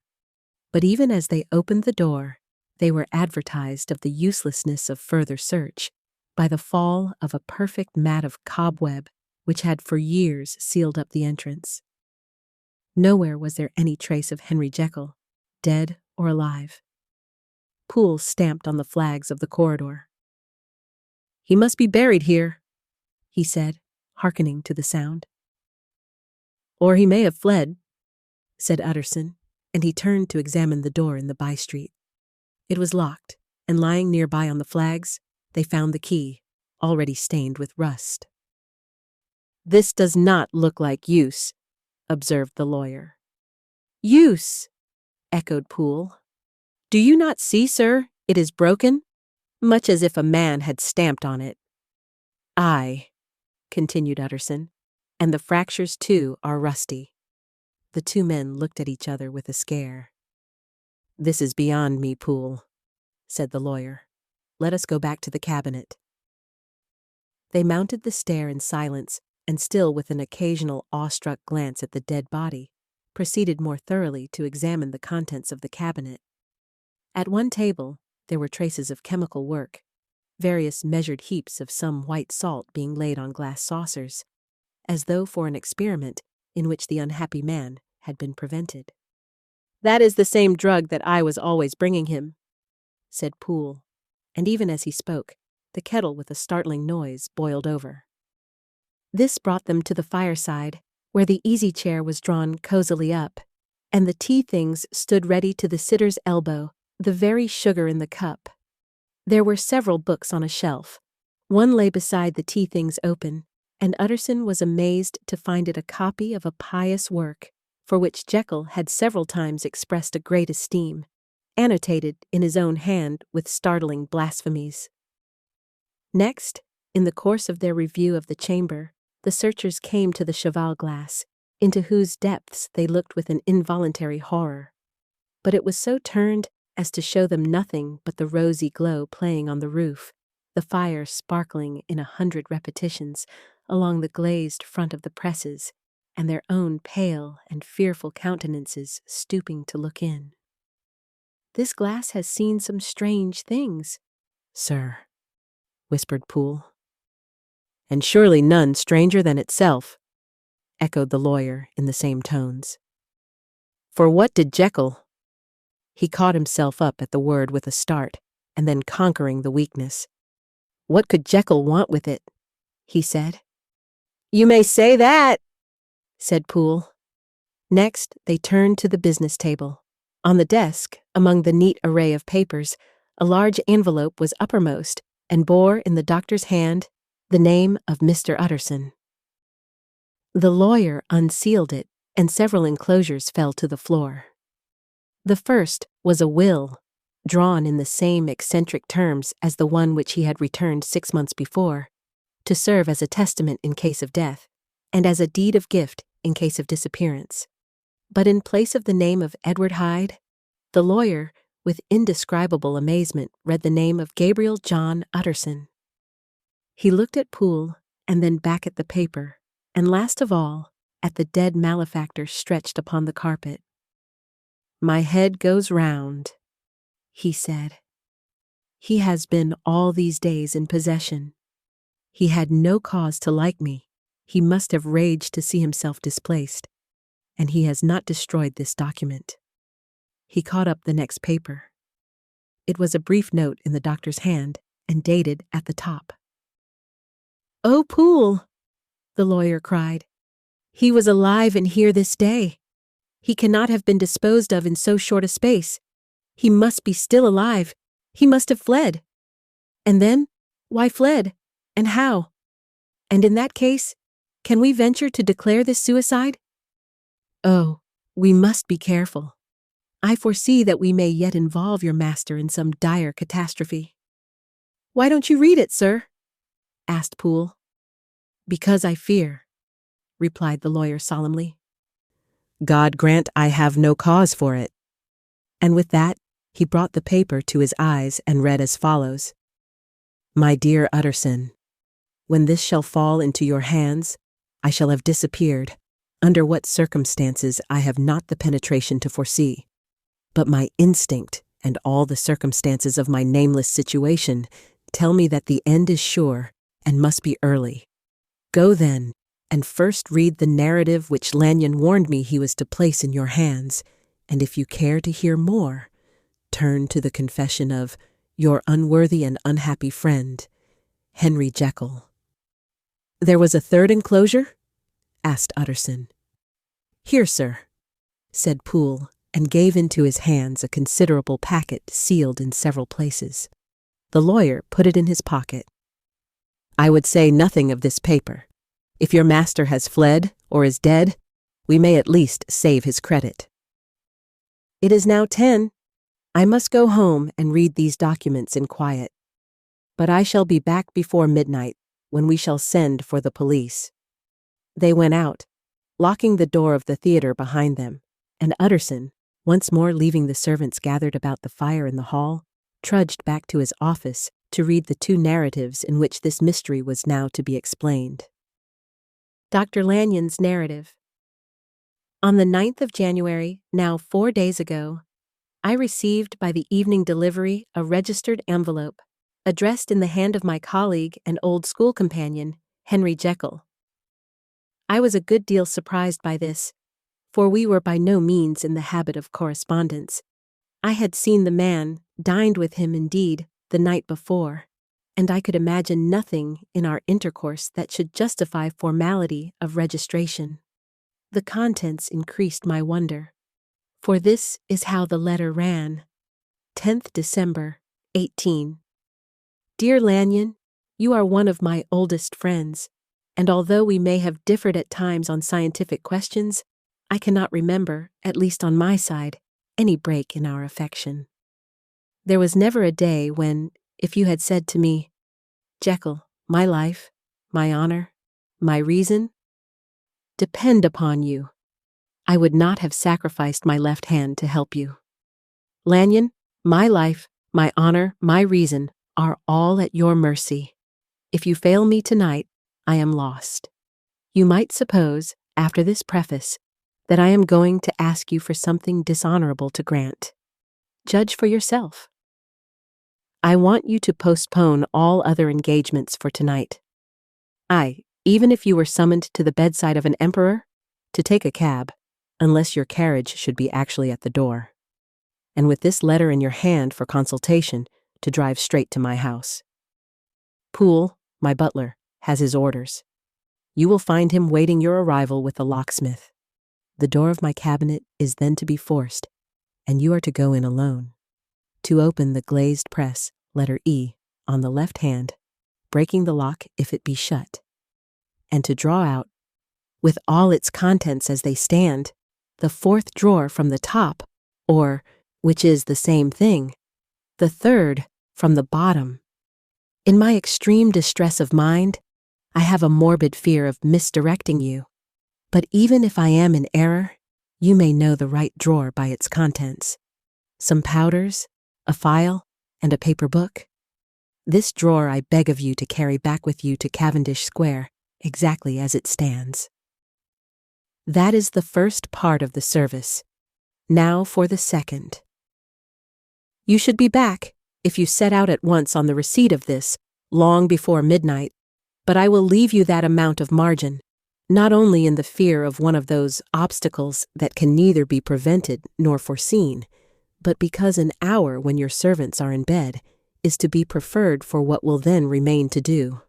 At midnight, then, I have to ask you to be alone in your consulting room, to admit with your own hand into the house a man who will present himself in my name, and to place in his hands the drawer that you will have brought with you from my cabinet.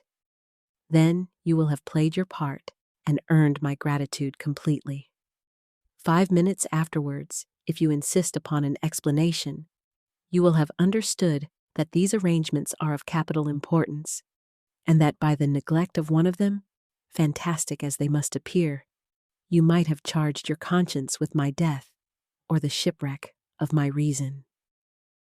Confident as I am that you will not trifle with this appeal, my heart sinks and my hand trembles at the bare thought of such a possibility. Think of me at this hour, in a strange place, laboring under a blackness of distress that no fancy can exaggerate, and yet well aware that if you will but punctually serve me, my troubles will roll away like a story that is told. Serve me, my dear Lanyon, and save your friend, H.J. P.S. I had already sealed this up when a fresh terror struck upon my soul. It is possible that the post office may fail me, and this letter not come into your hands until tomorrow morning.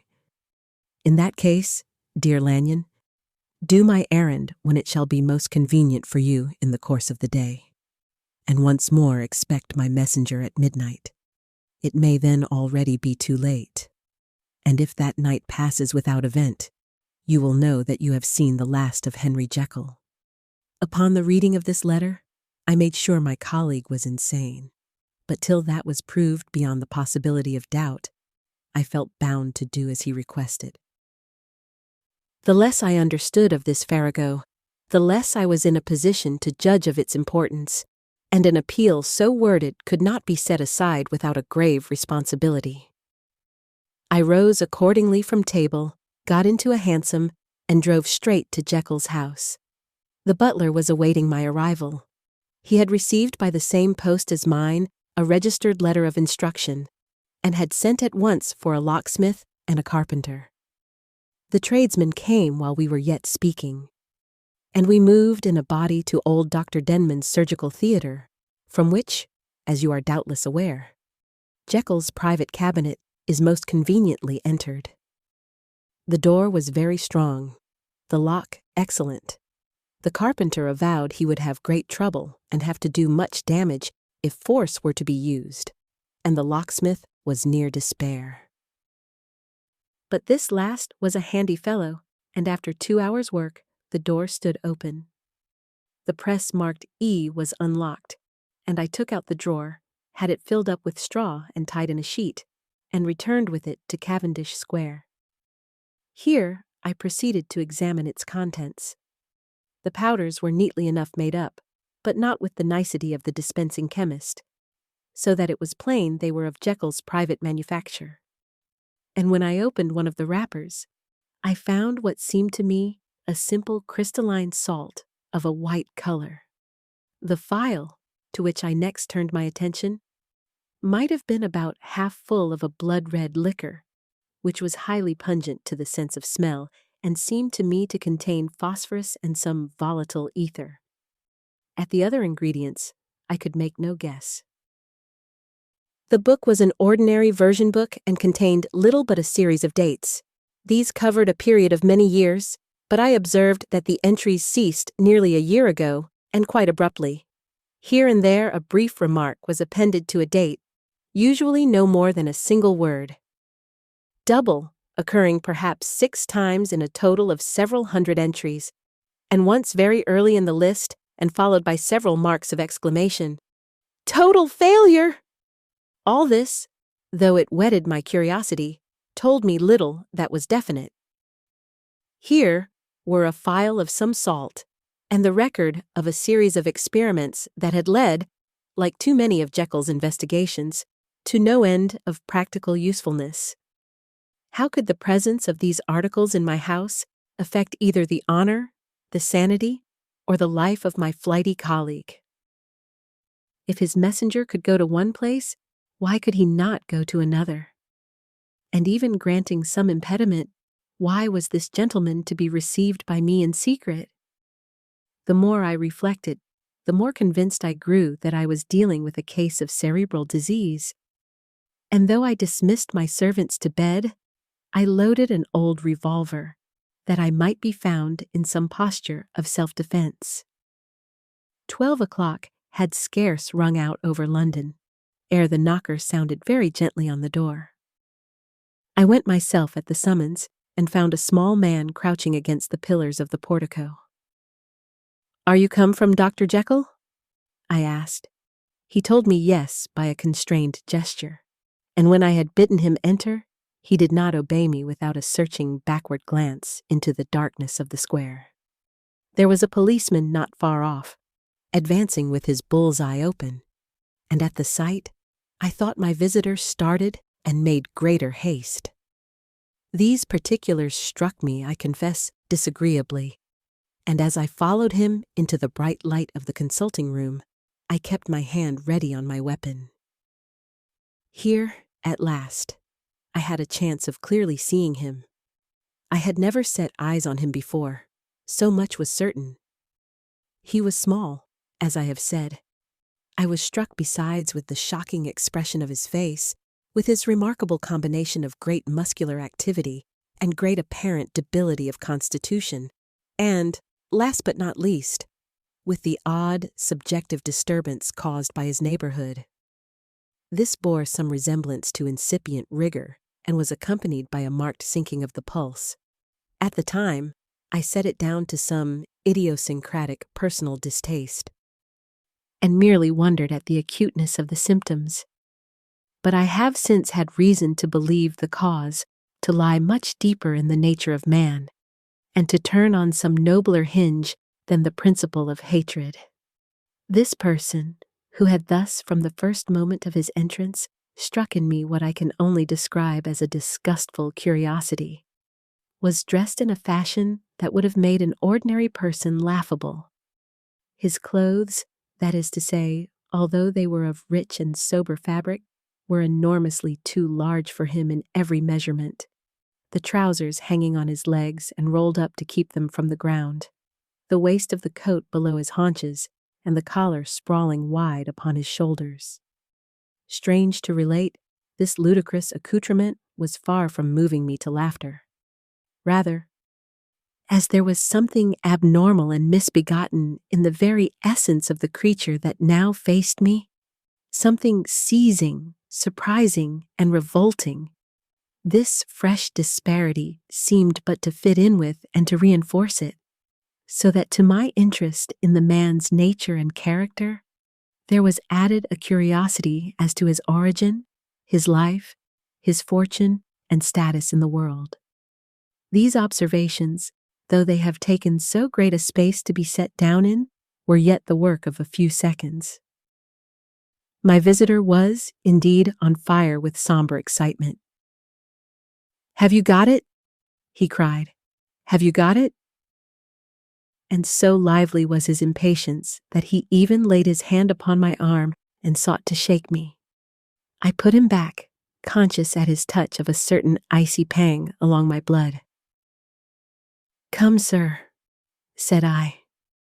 "You forget that I have not yet the pleasure of your acquaintance. Be seated, if you please." And I showed him an example, and sat down myself in my customary seat, and with as fair an imitation of my ordinary manner to a patient, as the lateness of the hour, the nature of my preoccupations, and the horror I had of my visitor, would suffer me to muster. "I beg your pardon, Dr. Lanyon," he replied civilly enough. "What you say is very well founded, and my impatience has shown its heels to my politeness. I come here at the instance of your colleague, Dr. Henry Jekyll, on a piece of business of some moment, and I understood." He paused and put his hand to his throat, and I could see, in spite of his collected manner, that he was wrestling against the approaches of the hysteria. I understood, a drawer. But here I took pity on my visitor's suspense, and some perhaps on my own growing curiosity. "There it is, sir," said I, pointing to the drawer, where it lay on the floor behind a table and still covered with the sheet. He sprang to it, and then paused, and laid his hand upon his heart. I could hear his teeth grate with the convulsive action of his jaws, and his face was so ghastly to see that I grew alarmed both for his life and reason.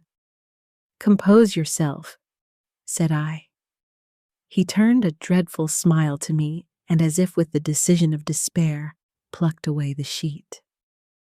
At sight of the contents, he uttered one loud sob of such immense relief that I sat petrified, and the next moment, in a voice that was already fairly well under control, "Have you a graduated glass?" he asked. I rose from my place with something of an effort and gave him what he asked. He thanked me with a smiling nod, measured out a few minims of the red tincture, and added one of the powders. The mixture, which was at first of a reddish hue, began, in proportion as the crystals melted, to brighten in color, to effervesce audibly, and to throw off small fumes of vapor. Suddenly, and at the same moment, the ebullition ceased, and the compound changed to a dark purple, which faded again more slowly to a watery green. My visitor, who had watched these metamorphoses with a keen eye, smiled, set down the glass upon the table, and then turned and looked upon me with an air of scrutiny. "And now," said he, "to settle what remains. Will you be wise? Will you be guided? Will you suffer me to take this glass in my hand and to go forth from your house without further parley? Or has the greed of curiosity too much command of you? Think before you answer, for it shall be done as you decide. As you decide, you shall be left as you were before, and neither richer nor wiser, unless the sense of service rendered to a man in mortal distress may be counted as a kind of riches of the soul. Or, if you shall so prefer to choose, a new province of knowledge and new avenues to fame and power shall be laid open to you, here, in this room, upon the instant. And your sight shall be blasted by a prodigy to stagger the unbelief of Satan. Sir, said I, affecting a coolness that I was far from truly possessing, you speak enigmas, and you will perhaps not wonder that I hear you with no very strong impression of belief. But I have gone too far in the way of inexplicable services to pause before I see the end. It is well, replied my visitor. Lanyon, you remember your vows. What follows is under the seal of our profession, and now, you who have so long been bound to the most narrow and material views, you who have denied the virtue of transcendental medicine, you who have derided your superiors, behold! He put the glass to his lips and drank at one gulp. A cry followed. He reeled, staggered, clutched at the table and held on, staring with injected eyes, gasping with open mouth, and as I looked, there came, I thought, a change. He seemed to swell. His face became suddenly black, and the features seemed to melt and alter. And the next moment, I had sprung to my feet and leaped back against the wall, my arms raised to shield me from that prodigy, my mind submerged in terror. "Oh God!" I screamed, and "Oh God!" again and again, for there before my eyes, pale and shaken and half fainting, and groping before him with his hands, like a man restored from death, there stood Henry Jekyll. What he told me in the next hour, I cannot bring my mind to set on paper. I saw what I saw, I heard what I heard, and my soul sickened at it. And yet now, when that sight has faded from my eyes, I ask myself if I believe it, and I cannot answer. My life is shaken to its roots. Sleep has left me. The deadliest terror sits by me at all hours of the day and night, and I feel that my days are numbered, and that I must die. And yet I shall die incredulous. As for the moral turpitude that man unveiled to me, even with tears of penitence, I cannot, even in memory, dwell on it without a start of horror. I will say but one thing, Utterson, and that, if you can bring your mind to credit it, will be more than enough. The creature who crept into my house that night was, on Jekyll's own confession, known by the name of Hyde and hunted for in every corner of the land as the murderer of CAREW. Hasty Lanyon. Henry Jekyll's full statement of the case. I was born in the year 18, to a large fortune, endowed besides with excellent parts, inclined by nature to industry, fond of the respect of the wise and good among my fellowmen, and thus, as might have been supposed, with every guarantee of an honorable and distinguished future.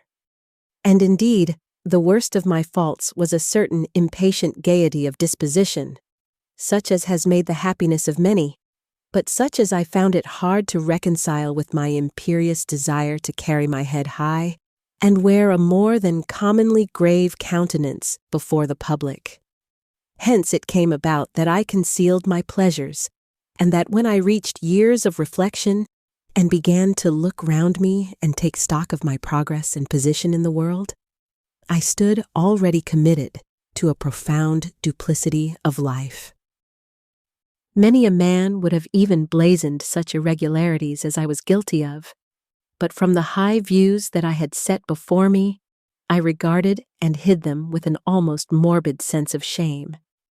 It was thus rather the exacting nature of my aspirations than any particular degradation in my faults that made me what I was, and with even a deeper trench than in the majority of men, severed in me those provinces of good and ill which divide and compound man's dual nature. In this case, I was driven to reflect deeply and inveterately on that hard law of life, which lies at the root of religion and is one of the most plentiful springs of distress. Though so profound a double dealer, I was in no sense a hypocrite. Both sides of me were in dead earnest. I was no more myself when I laid aside restraint and plunged in shame, than when I labored, in the eye of day, at the furtherance of knowledge or the relief of sorrow and suffering. And it chanced that the direction of my scientific studies, which led wholly towards the mystic and the transcendental, reacted and shed a strong light on this consciousness of the perennial war among my members. With every day, and from both sides of my intelligence, the moral and the intellectual, I thus drew steadily nearer to that truth, by whose partial discovery I have been doomed to such a dreadful shipwreck, that man is not truly one, but truly two. I say two, because the state of my own knowledge does not pass beyond that point. Others will follow, others will outstrip me on the same lines, and I hazard the guess that man will be ultimately known for a mere polity of multifarious, incongruous, and independent denizens. I, for my part, from the nature of my life, advanced infallibly in one direction, and in one direction only. It was on the moral side, and in my own person, that I learned to recognize the thorough and primitive duality of man. I saw that, of the two natures that contended in the field of my consciousness, even if I could rightly be said to be either, it was only because I was radically both. And from an early date, even before the course of my scientific discoveries had begun to suggest the most naked possibility of such a miracle, I had learned to dwell with pleasure, as a beloved daydream, on the thought of the separation of these elements. If each, I told myself, could be housed in separate identities, life would be relieved of all that was unbearable. The unjust might go his way, delivered from the aspirations and remorse of his more upright twin. And the just could walk steadfastly and securely on his upward path, doing the good things in which he found his pleasure, and no longer exposed to disgrace and penitence by the hands of this extraneous evil. It was the curse of mankind that these incongruous faggots were thus bound together, that in the agonized womb of consciousness, these polar twins should be continuously struggling. How then were they dissociated? I was so far in my reflections when, as I have said, a sidelight began to shine upon the subject from the laboratory table. I began to perceive more deeply than it has ever yet been stated the trembling immateriality, the mist-like transience of this seemingly so solid body in which we walk attired. Certain agents I found to have the power to shake and pluck back that fleshly vestment, even as a wind might toss the curtains of a pavilion. For two good reasons, I will not enter deeply into this scientific branch of my confession.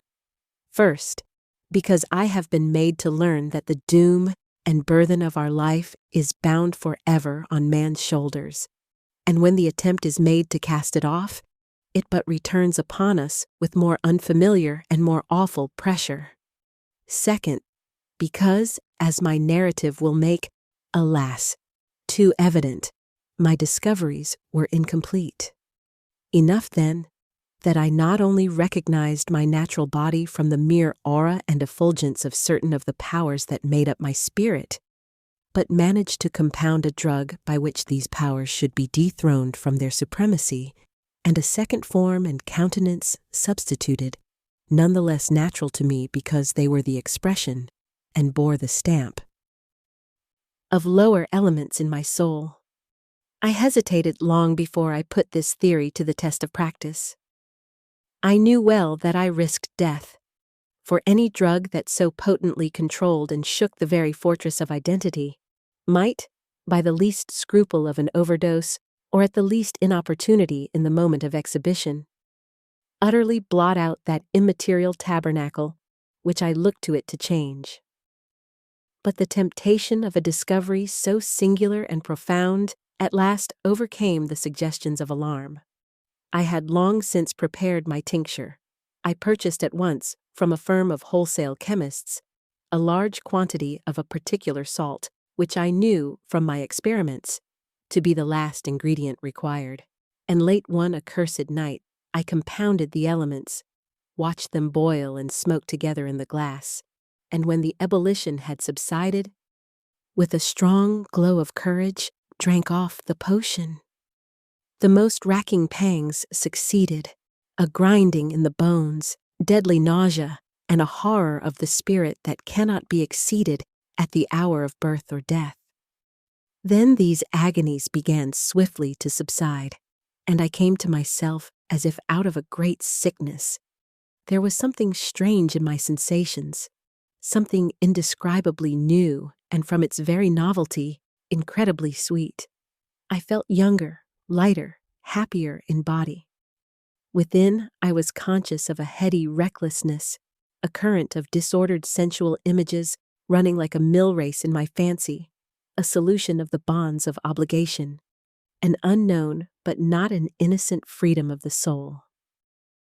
I knew myself, at the first breath of this new life, to be more wicked, tenfold more wicked, sold a slave to my original evil, and the thought, in that moment, braced and delighted me like wine. I stretched out my hands, exulting in the freshness of these sensations, and in the act, I was suddenly aware that I had lost in stature. There was no mirror at that date in my room. That which stands beside me as I write was brought there later on and for the very purpose of these transformations. The night, however, was far gone into the morning. The morning, black as it was nearly ripe for the conception of the day. The inmates of my house were locked in the most rigorous hours of slumber, and I determined, flushed as I was with hope and triumph, to venture in my new shape as far as to my bedroom. I crossed the yard, wherein the constellations looked down upon me. I could have thought, with wonder, the first creature of that sort that their unsleeping vigilance had yet disclosed to them.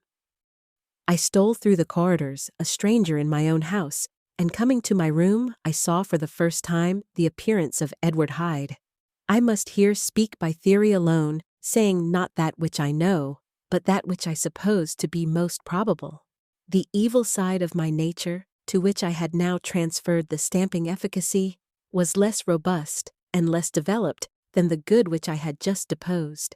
Again, in the course of my life, which had been, after all, 9/10 a life of effort, virtue, and control, it had been much less exercised and much less exhausted, and hence, as I think, it came about that Edward Hyde was so much smaller, slighter, and younger than Henry Jekyll.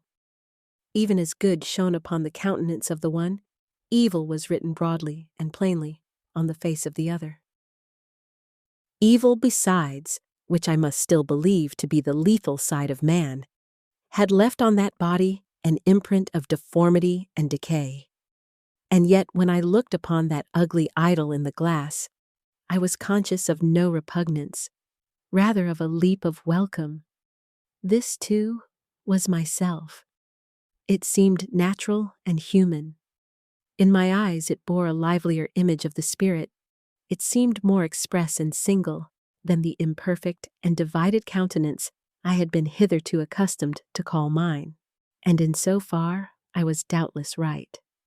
I have observed that when I wore the semblance of Edward Hyde, none could come near to me at first without a visible misgiving of the flesh. This, as I take it, was because all human beings, as we meet them, are commingled out of good and evil, and Edward Hyde, alone in the ranks of mankind, was pure evil. I lingered but a moment at the mirror. The second and conclusive experiment had yet to be attempted. It yet remained to be seen if I had lost my identity beyond redemption and must flee before daylight from a house that was no longer mine. And hurrying back to my cabinet, I once more prepared and drank the cup. once more suffered the pangs of dissolution, and came to myself once more with the character, the stature, and the face of Henry Jekyll. That night, I had come to the fatal crossroads. Had I approached my discovery in a more noble spirit? Had I risked the experiment while under the empire of generous or pious aspirations? All must have been otherwise, and from these agonies of death and birth, I had come forth an angel instead of a fiend. The drug had no discriminating action. It was neither diabolical nor divine. It but shook the doors of the prison house of my disposition. And like the captives of Philippi, that which stood within ran forth. At that time, my virtue slumbered. My evil, kept awake by ambition, was alert and swift to seize the occasion. And the thing that was projected was Edward Hyde. Hence, although I had now two characters as well as two appearances, one was wholly evil, and the other was still the old Henry Jekyll, that incongruous compound of whose reformation and improvement I had already learned to despair. The movement was thus wholly toward the worse. Even at that time, I had not conquered my aversions to the dryness of a life of study.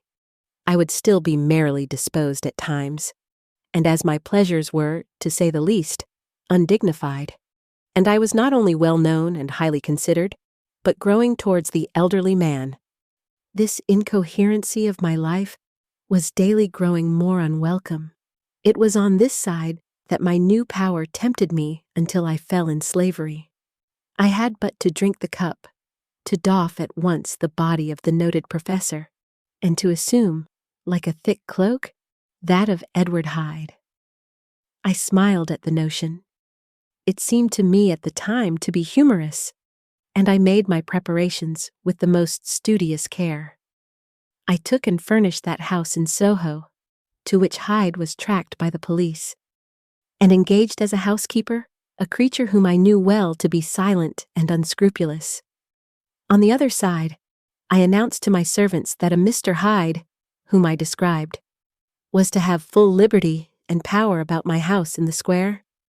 And to parry mishaps, I even called and made myself a familiar object in my second character. I next drew up that will to which you so much objected, so that if anything befell me in the person of Dr. Jekyll, I could enter on that of Edward Hyde without pecuniary loss, and thus, fortified, as I supposed, on every side, I began to profit by the strange immunities of my position. Men have before hired bravos to transact their crimes, while their own person and reputation sat under shelter. I was the first that ever did so for his pleasures. I was the first that could plod in the public eye with a load of genial respectability, and in a moment, like a schoolboy, strip off these lendings and spring headlong into the sea of liberty. But for me, in my impenetrable mantle, the safety was complete. Think of it, I did not even exist. Let me but escape into my laboratory door. Give me but a second or two to mix and swallow the draught that I had always standing ready, and whatever he had done, Edward Hyde would pass away like the stain of breath upon a mirror, and there, in his stead, quietly at home, trimming the midnight lamp in his study, a man who could afford to laugh at suspicion would be Henry Jekyll. The pleasures which I made haste to seek in my disguise were, as I have said, undignified. I would scarce use a harder term. But in the hands of Edward Hyde, they soon began to turn toward the monstrous. When I would come back from these excursions, I was often plunged into a kind of wonder at my vicarious depravity. This familiar that I called out of my own soul and sent forth alone to do his good pleasure was a being inherently malign and villainous. His every act and thought centered on self. Drinking pleasure with bestial avidity from any degree of torture to another, relentless like a man of stone. Henry Jekyll stood at times aghast before the acts of Edward Hyde, But the situation was apart from ordinary laws and insidiously relaxed the grasp of conscience. It was Hyde, after all, and Hyde alone, that was guilty. Jekyll was no worse. He woke again to his good qualities seemingly unimpaired. He would even make haste, where it was possible, to undo the evil done by Hyde, and thus his conscience slumbered. Into the details of the infamy at which I thus connived, for even now I can scarce grant that I committed it, I have no design of entering. I mean but to point out the warnings and the successive steps with which my chastisement approached. I met with one accident, which, as it brought on no consequence, I shall no more than mention. An act of cruelty to a child aroused against me the anger of a passer-by, whom I recognized the other day in the person of your kinsman. The doctor and the child's family joined him. There were moments when I feared for my life, and at last, in order to pacify their too just resentment, Edward Hyde had to bring them to the door and pay them in a check drawn in the name of Henry Jekyll. But this danger was easily eliminated from the future by opening an account at another bank in the name of Edward Hyde himself, and when, by sloping my own hand backward, I had supplied my double with a signature, I thought I sat beyond the reach of fate. Some 2 months before the murder of Sir Danvers, I had been out for one of my adventures, had returned at a late hour, and woke the next day in bed with somewhat odd sensations.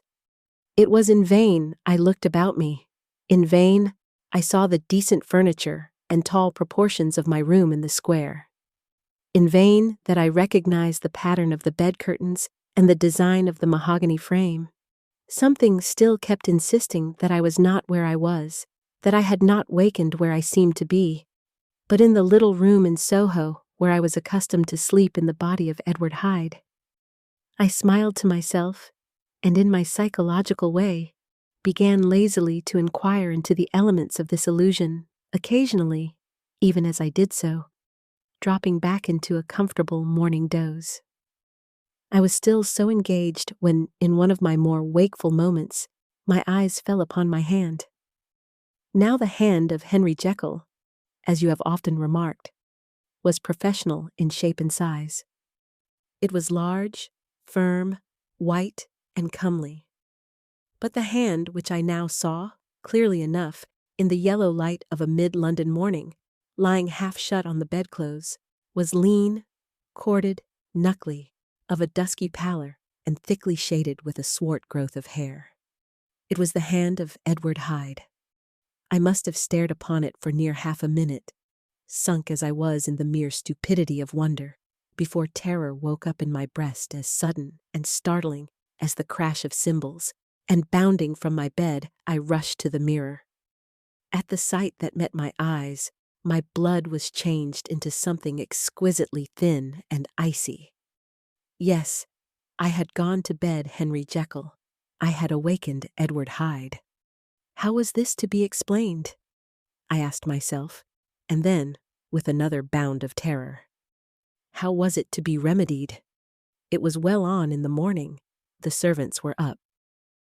All my drugs were in the cabinet, a long journey down 2 pairs of stairs, through the back passage, across the open court, and through the anatomical theater, from where I was then standing, horror-struck. It might indeed be possible to cover my face, but of what use was that when I was unable to conceal the alteration in my stature? And then, with an overpowering sweetness of relief, it came back upon my mind that the servants were already used to the coming and going of my second self. I had soon dressed, as well as I was able, in clothes of my own size, had soon passed through the house, where Bradshaw stared and drew back at seeing Mr. Hyde at such an hour and in such a strange array, and 10 minutes later, Dr. Jekyll had returned to his own shape and was sitting down, with a darkened brow, to make a feint of breakfasting. Small indeed was my appetite.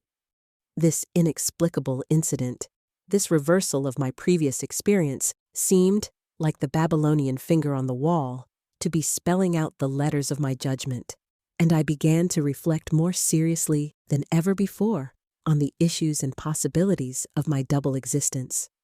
That part of me, which I had the power of projecting, had lately been much exercised and nourished.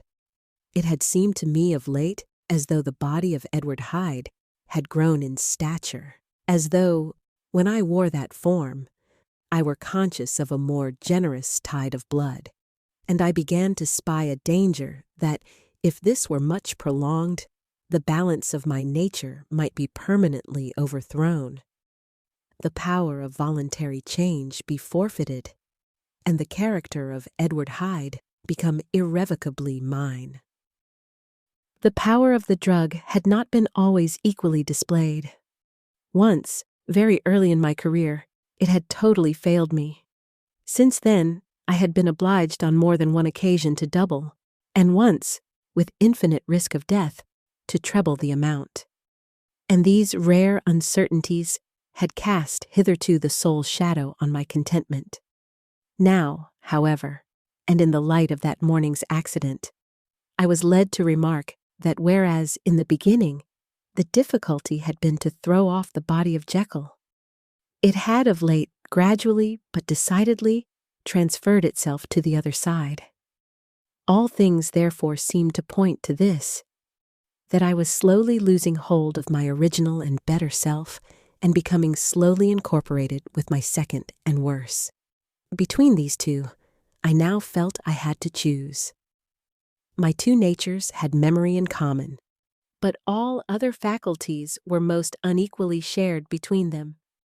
Jekyll, who was composite, now with the most sensitive apprehensions, now with a greedy gusto, projected and shared in the pleasures and adventures of Hyde. But Hyde was indifferent to Jekyll, or but remembered him as the mountain bandit remembers the cavern in which he conceals himself from pursuit. Jekyll had more than a father's interest. Hyde had more than a son's indifference. To cast in my lot with Jekyll was to die to those appetites which I had long secretly indulged and had of late begun to pamper. To cast it in with Hyde was to die to 1,000 interests and aspirations, and to become, at a blow and forever, despised and friendless. The bargain might appear unequal, but there was still another consideration in the scales.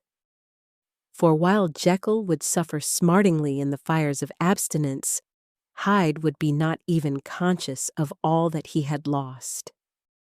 Strange as my circumstances were, the terms of this debate are as old and commonplace as man. Much the same inducements and alarms cast the die for any tempted and trembling sinner. And it fell out with me, as it falls with so vast a majority of my fellows, that I chose the better part and was found wanting in the strength to keep to it. Yes, I preferred the elderly and discontented doctor, surrounded by friends and cherishing honest hopes, and bade a resolute farewell to the liberty, the comparative youth, the light step, leaping impulses and secret pleasures that I had enjoyed in the disguise of Hyde. I made this choice perhaps with some unconscious reservation, for I neither gave up the house in Soho, nor destroyed the clothes of Edward Hyde, which still lay ready in my cabinet. For 2 months, however, I was true to my determination. For 2 months, I led a life of such severity as I had never before attained to, and enjoyed the compensations of an approving conscience. But time began at last to obliterate the freshness of my alarm. The praises of conscience began to grow into a thing of course. I began to be tortured with throes and longings, as of Hyde struggling after freedom. And at last, in an hour of moral weakness, I once again compounded and swallowed the transforming draught. I do not suppose that when a drunkard reasons with himself upon his vice, he is once out of 500 times affected by the dangers that he runs through his brutish, physical insensibility. Neither had I, long as I had considered my position, made enough allowance for the complete moral insensibility and insensate readiness to evil which were the leading characters of Edward Hyde. Yet it was by these that I was punished. My devil had been long caged. He came out roaring. I was conscious, even when I took the draught, of a more unbridled, a more furious propensity to ill. It must have been this, I suppose, that stirred in my soul that tempest of impatience with which I listened to the civilities of my unhappy victim. I declare, at least before God, no man morally sane could have been guilty of that crime upon so pitiful a provocation, and that I struck in no more reasonable spirit than that in which a sick child may break a plaything. But I had voluntarily stripped myself of all those balancing instincts by which even the worst of us continues to walk with some degree of steadiness among temptations. And in my case, to be tempted, however slightly, was to fall. Instantly, the spirit of hell awoke in me and raged. With a transport of glee, I mauled the unresisting body, tasting delight from every blow. And it was not till weariness had begun to succeed that I was suddenly, in the top fit of my delirium, struck through the heart by a cold thrill of terror. A mist dispersed. I saw my life to be forfeit, and fled from the scene of these excesses, at once glorying and trembling, my lust of evil gratified and stimulated, my love of life screwed to the topmost peg.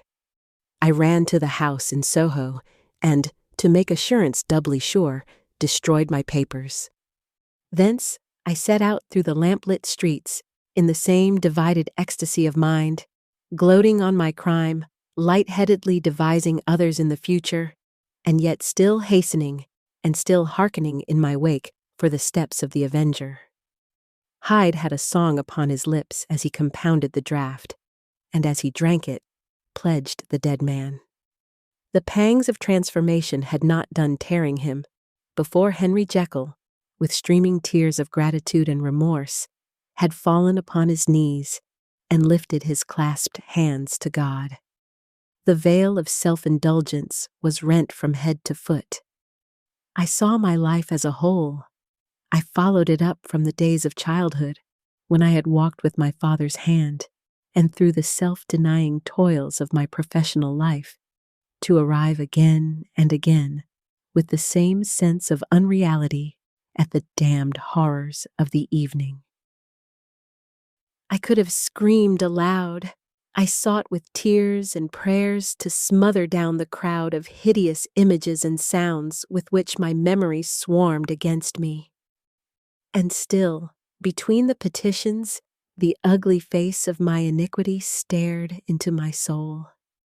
As the acuteness of this remorse began to die away, it was succeeded by a sense of joy. The problem of my conduct was solved. Hyde was thenceforth impossible. Whether I would or not, I was now confined to the better part of my existence. And oh, how I rejoiced to think of it! With what willing humility I embraced anew the restrictions of natural life. With what sincere renunciation I locked the door by which I had so often gone and come, and ground the key under my heel. The next day came the news that the murder had not been overlooked, that the guilt of Hyde was patent to the world, and that the victim was a man high in public estimation. It was not only a crime, it had been a tragic folly. I think I was glad to know it. I think I was glad to have my better impulses thus buttressed and guarded by the terrors of the scaffold. Jekyll was now my city of refuge. Let but Hyde peep out an instant, and the hands of all men would be raised to take and slay him. I resolved in my future conduct to redeem the past, and I can say with honesty that my resolve was fruitful of some good. You know yourself how earnestly, in the last months of the last year, I labored to relieve suffering. You know that much was done for others, and that the days passed quietly, almost happily for myself. Nor can I truly say that I wearied of this beneficent and innocent life. I think instead that I daily enjoyed it more completely. But I was still cursed with my duality of purpose, and as the first edge of my penitence wore off, the lower side of me, so long indulged, so recently chained down, began to growl for license. Not that I dreamed of resuscitating Hyde. The bare idea of that would startle me to frenzy. No, it was in my own person that I was once more tempted to trifle with my conscience, and it was as an ordinary secret sinner that I at last fell before the assaults of temptation. There comes an end to all things. The most capacious measure is filled at last, and this brief condescension to my evil finally destroyed the balance of my soul. And yet I was not alarmed.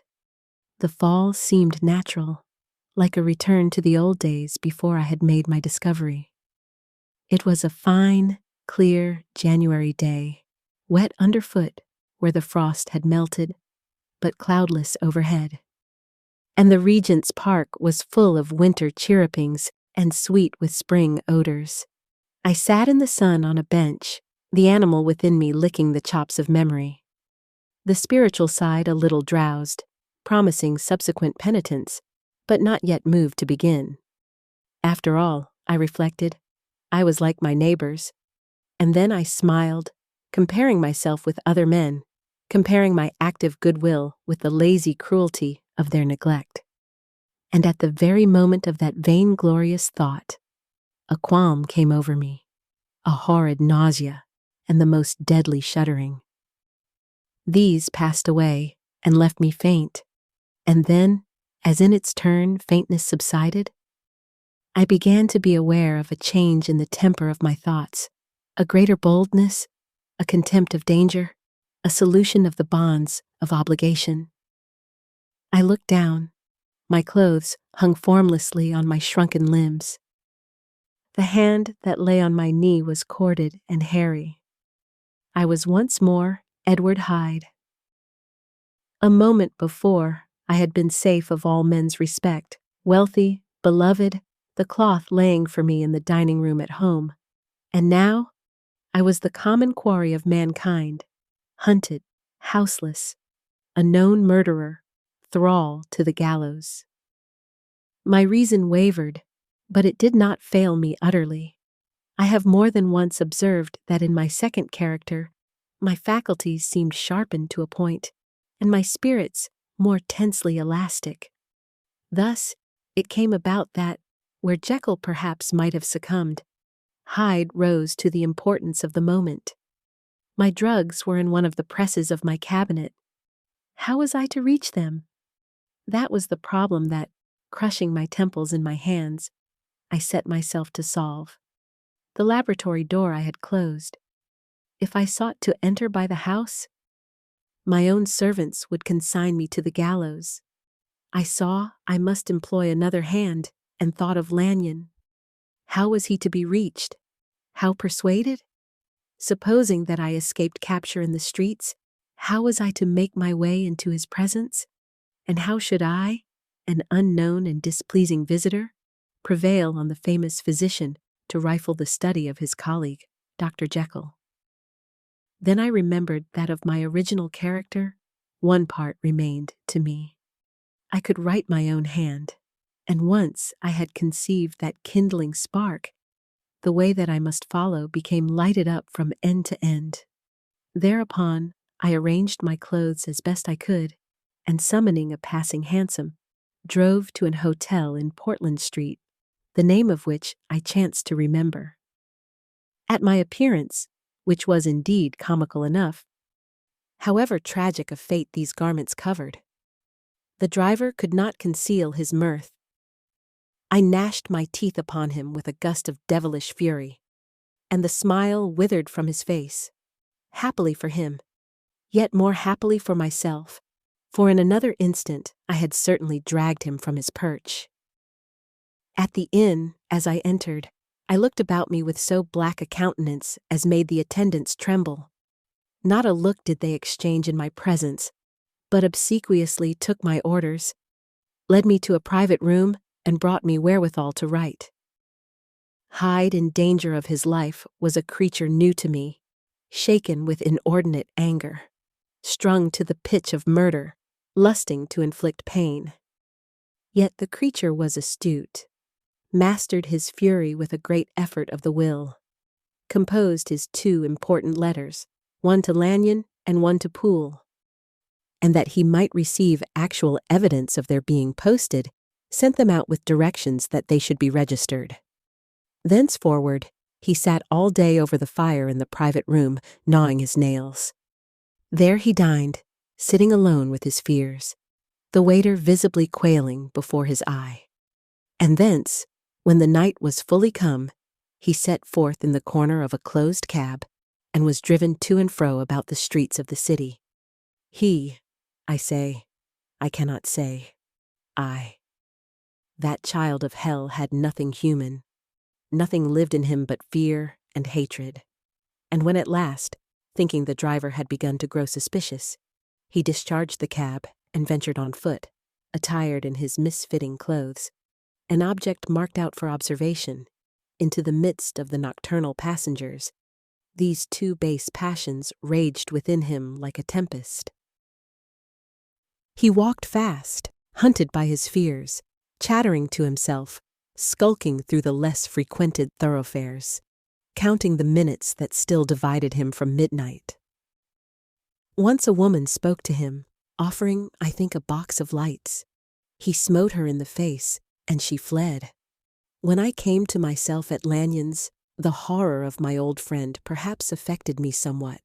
I do not know. It was at least but a drop in the sea to the abhorrence with which I looked back upon these hours. A change had come over me. It was no longer the fear of the gallows, it was the horror of being Hyde that racked me. I received Lanyon's condemnation partly in a dream. It was partly in a dream that I came home to my own house and got into bed. I slept after the prostration of the day, with a stringent and profound slumber which not even the nightmares that wrung me could avail to break. I awoke in the morning shaken, weakened, but refreshed. I still hated and feared the thought of the brute that slept within me, and I had not, of course, forgotten the appalling dangers of the day before. But I was once more at home, in my own house and close to my drugs. And gratitude for my escape shone so strong in my soul that it almost rivaled the brightness of hope. I was stepping leisurely across the court after breakfast, drinking the chill of the air with pleasure, when I was seized again with those indescribable sensations that heralded the change, and I had but the time to gain the shelter of my cabinet before I was once again raging and freezing with the passions of Hyde. It took on this occasion a double dose to recall me to myself, and alas, 6 hours after, as I sat looking sadly in the fire, the pangs returned, and the drug had to be re-administered. In short, from that day forth, it seemed only by a great effort as of gymnastics, and only under the immediate stimulation of the drug, that I was able to wear the countenance of Jekyll. At all hours of the day and night, I would be taken with the premonitory shudder. Above all, if I slept, or even dozed for a moment in my chair, it was always as Hyde that I awakened. Under the strain of this continually impending doom, and by the sleeplessness to which I now condemned myself, even beyond what I had thought possible to man, I became, in my own person, a creature eaten up and emptied by fever, languidly weak both in body and mind, and solely occupied by one thought, the horror of my other self. But when I slept, or when the virtue of the medicine wore off, I would leap almost without transition, for the pangs of transformation grew daily less marked, into the possession of a fancy brimming with images of terror, a soul boiling with causeless hatreds, and a body that seemed not strong enough to contain the raging energies of life. The powers of Hyde seemed to have grown with the sickliness of Jekyll. And certainly the hate that now divided them was equal on each side. With Jekyll, it was a thing of vital instinct. He had now seen the full deformity of that creature that shared with him some of the phenomena of consciousness, and was co-heir with him to death. And beyond these links of community, which in themselves made the most poignant part of his distress, he thought of Hyde, for all his energy of life, as of something not only hellish but inorganic.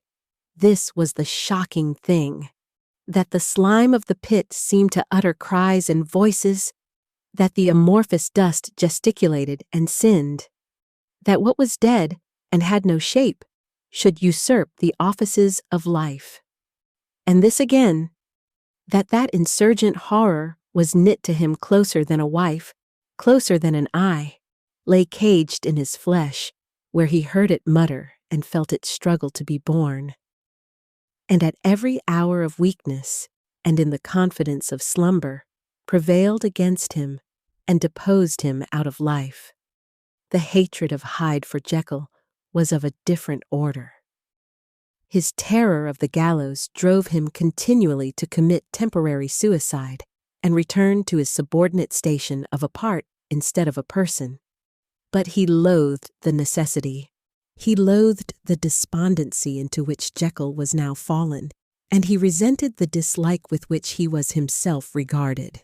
Hence the ape-like tricks that he would play me, scrawling in my own hand blasphemies on the pages of my books, burning the letters and destroying the portrait of my father. And indeed, had it not been for his fear of death, he would long ago have ruined himself in order to involve me in the ruin. But his love of life is wonderful. I go further. I, who sicken and freeze at the mere thought of him, when I recall the objection and passion of this attachment, and when I know how he fears my power to cut him off by suicide, I find it in my heart to pity him.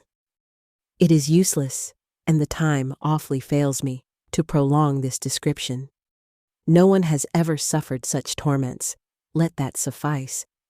And yet, even to these, habit brought, no, not alleviation, but a certain callousness of soul, a certain acquiescence of despair, and my punishment might have gone on for years, but for the last calamity which has now fallen, and which has finally severed me from my own face and nature. My provision of the salt, which had never been renewed since the date of the first experiment, began to run low. I sent out for a fresh supply and mixed the draught. The ebullition followed, and the first change of color, not the second. I drank it, and it was without efficiency. You will learn from Poole how I have had London ransacked. It was in vain, and I am now persuaded that my first supply was impure, and that it was that unknown impurity which lent efficacy to the draught. About a week has passed, and I am now finishing this statement under the influence of the last of the old powders. This, then, is the last time, short of a miracle, that Henry Jekyll can think his own thoughts or see his own face, now how sadly altered, in the glass. Nor must I delay too long to bring my writing to an end. For if my narrative has hitherto escaped destruction, it has been by a combination of great prudence and great good luck. Should the throes of change take me in the act of writing it, Hyde will tear it in pieces. But if some time shall have elapsed after I have laid it by, his wonderful selfishness and circumscription to the moment will probably save it once again from the action of his ape-like spite. And indeed, the doom that is closing on us both has already changed and crushed him. Half an hour from now, when I shall again and forever re-endue that hated personality, I know how I shall sit shuddering and weeping in my chair, or continue, with the most strained and fear-struck ecstasy of listening, to pace up and down this room, my last earthly refuge, and give ear to every sound of menace. Will Hyde die upon the scaffold, or will he find courage to release himself at the last moment? God knows. I am careless. This is my true hour of death, and what is to follow concerns another than myself. Here then, as I lay down the pen and proceed to seal up my confession, I bring the life of that unhappy Henry Jekyll to an end.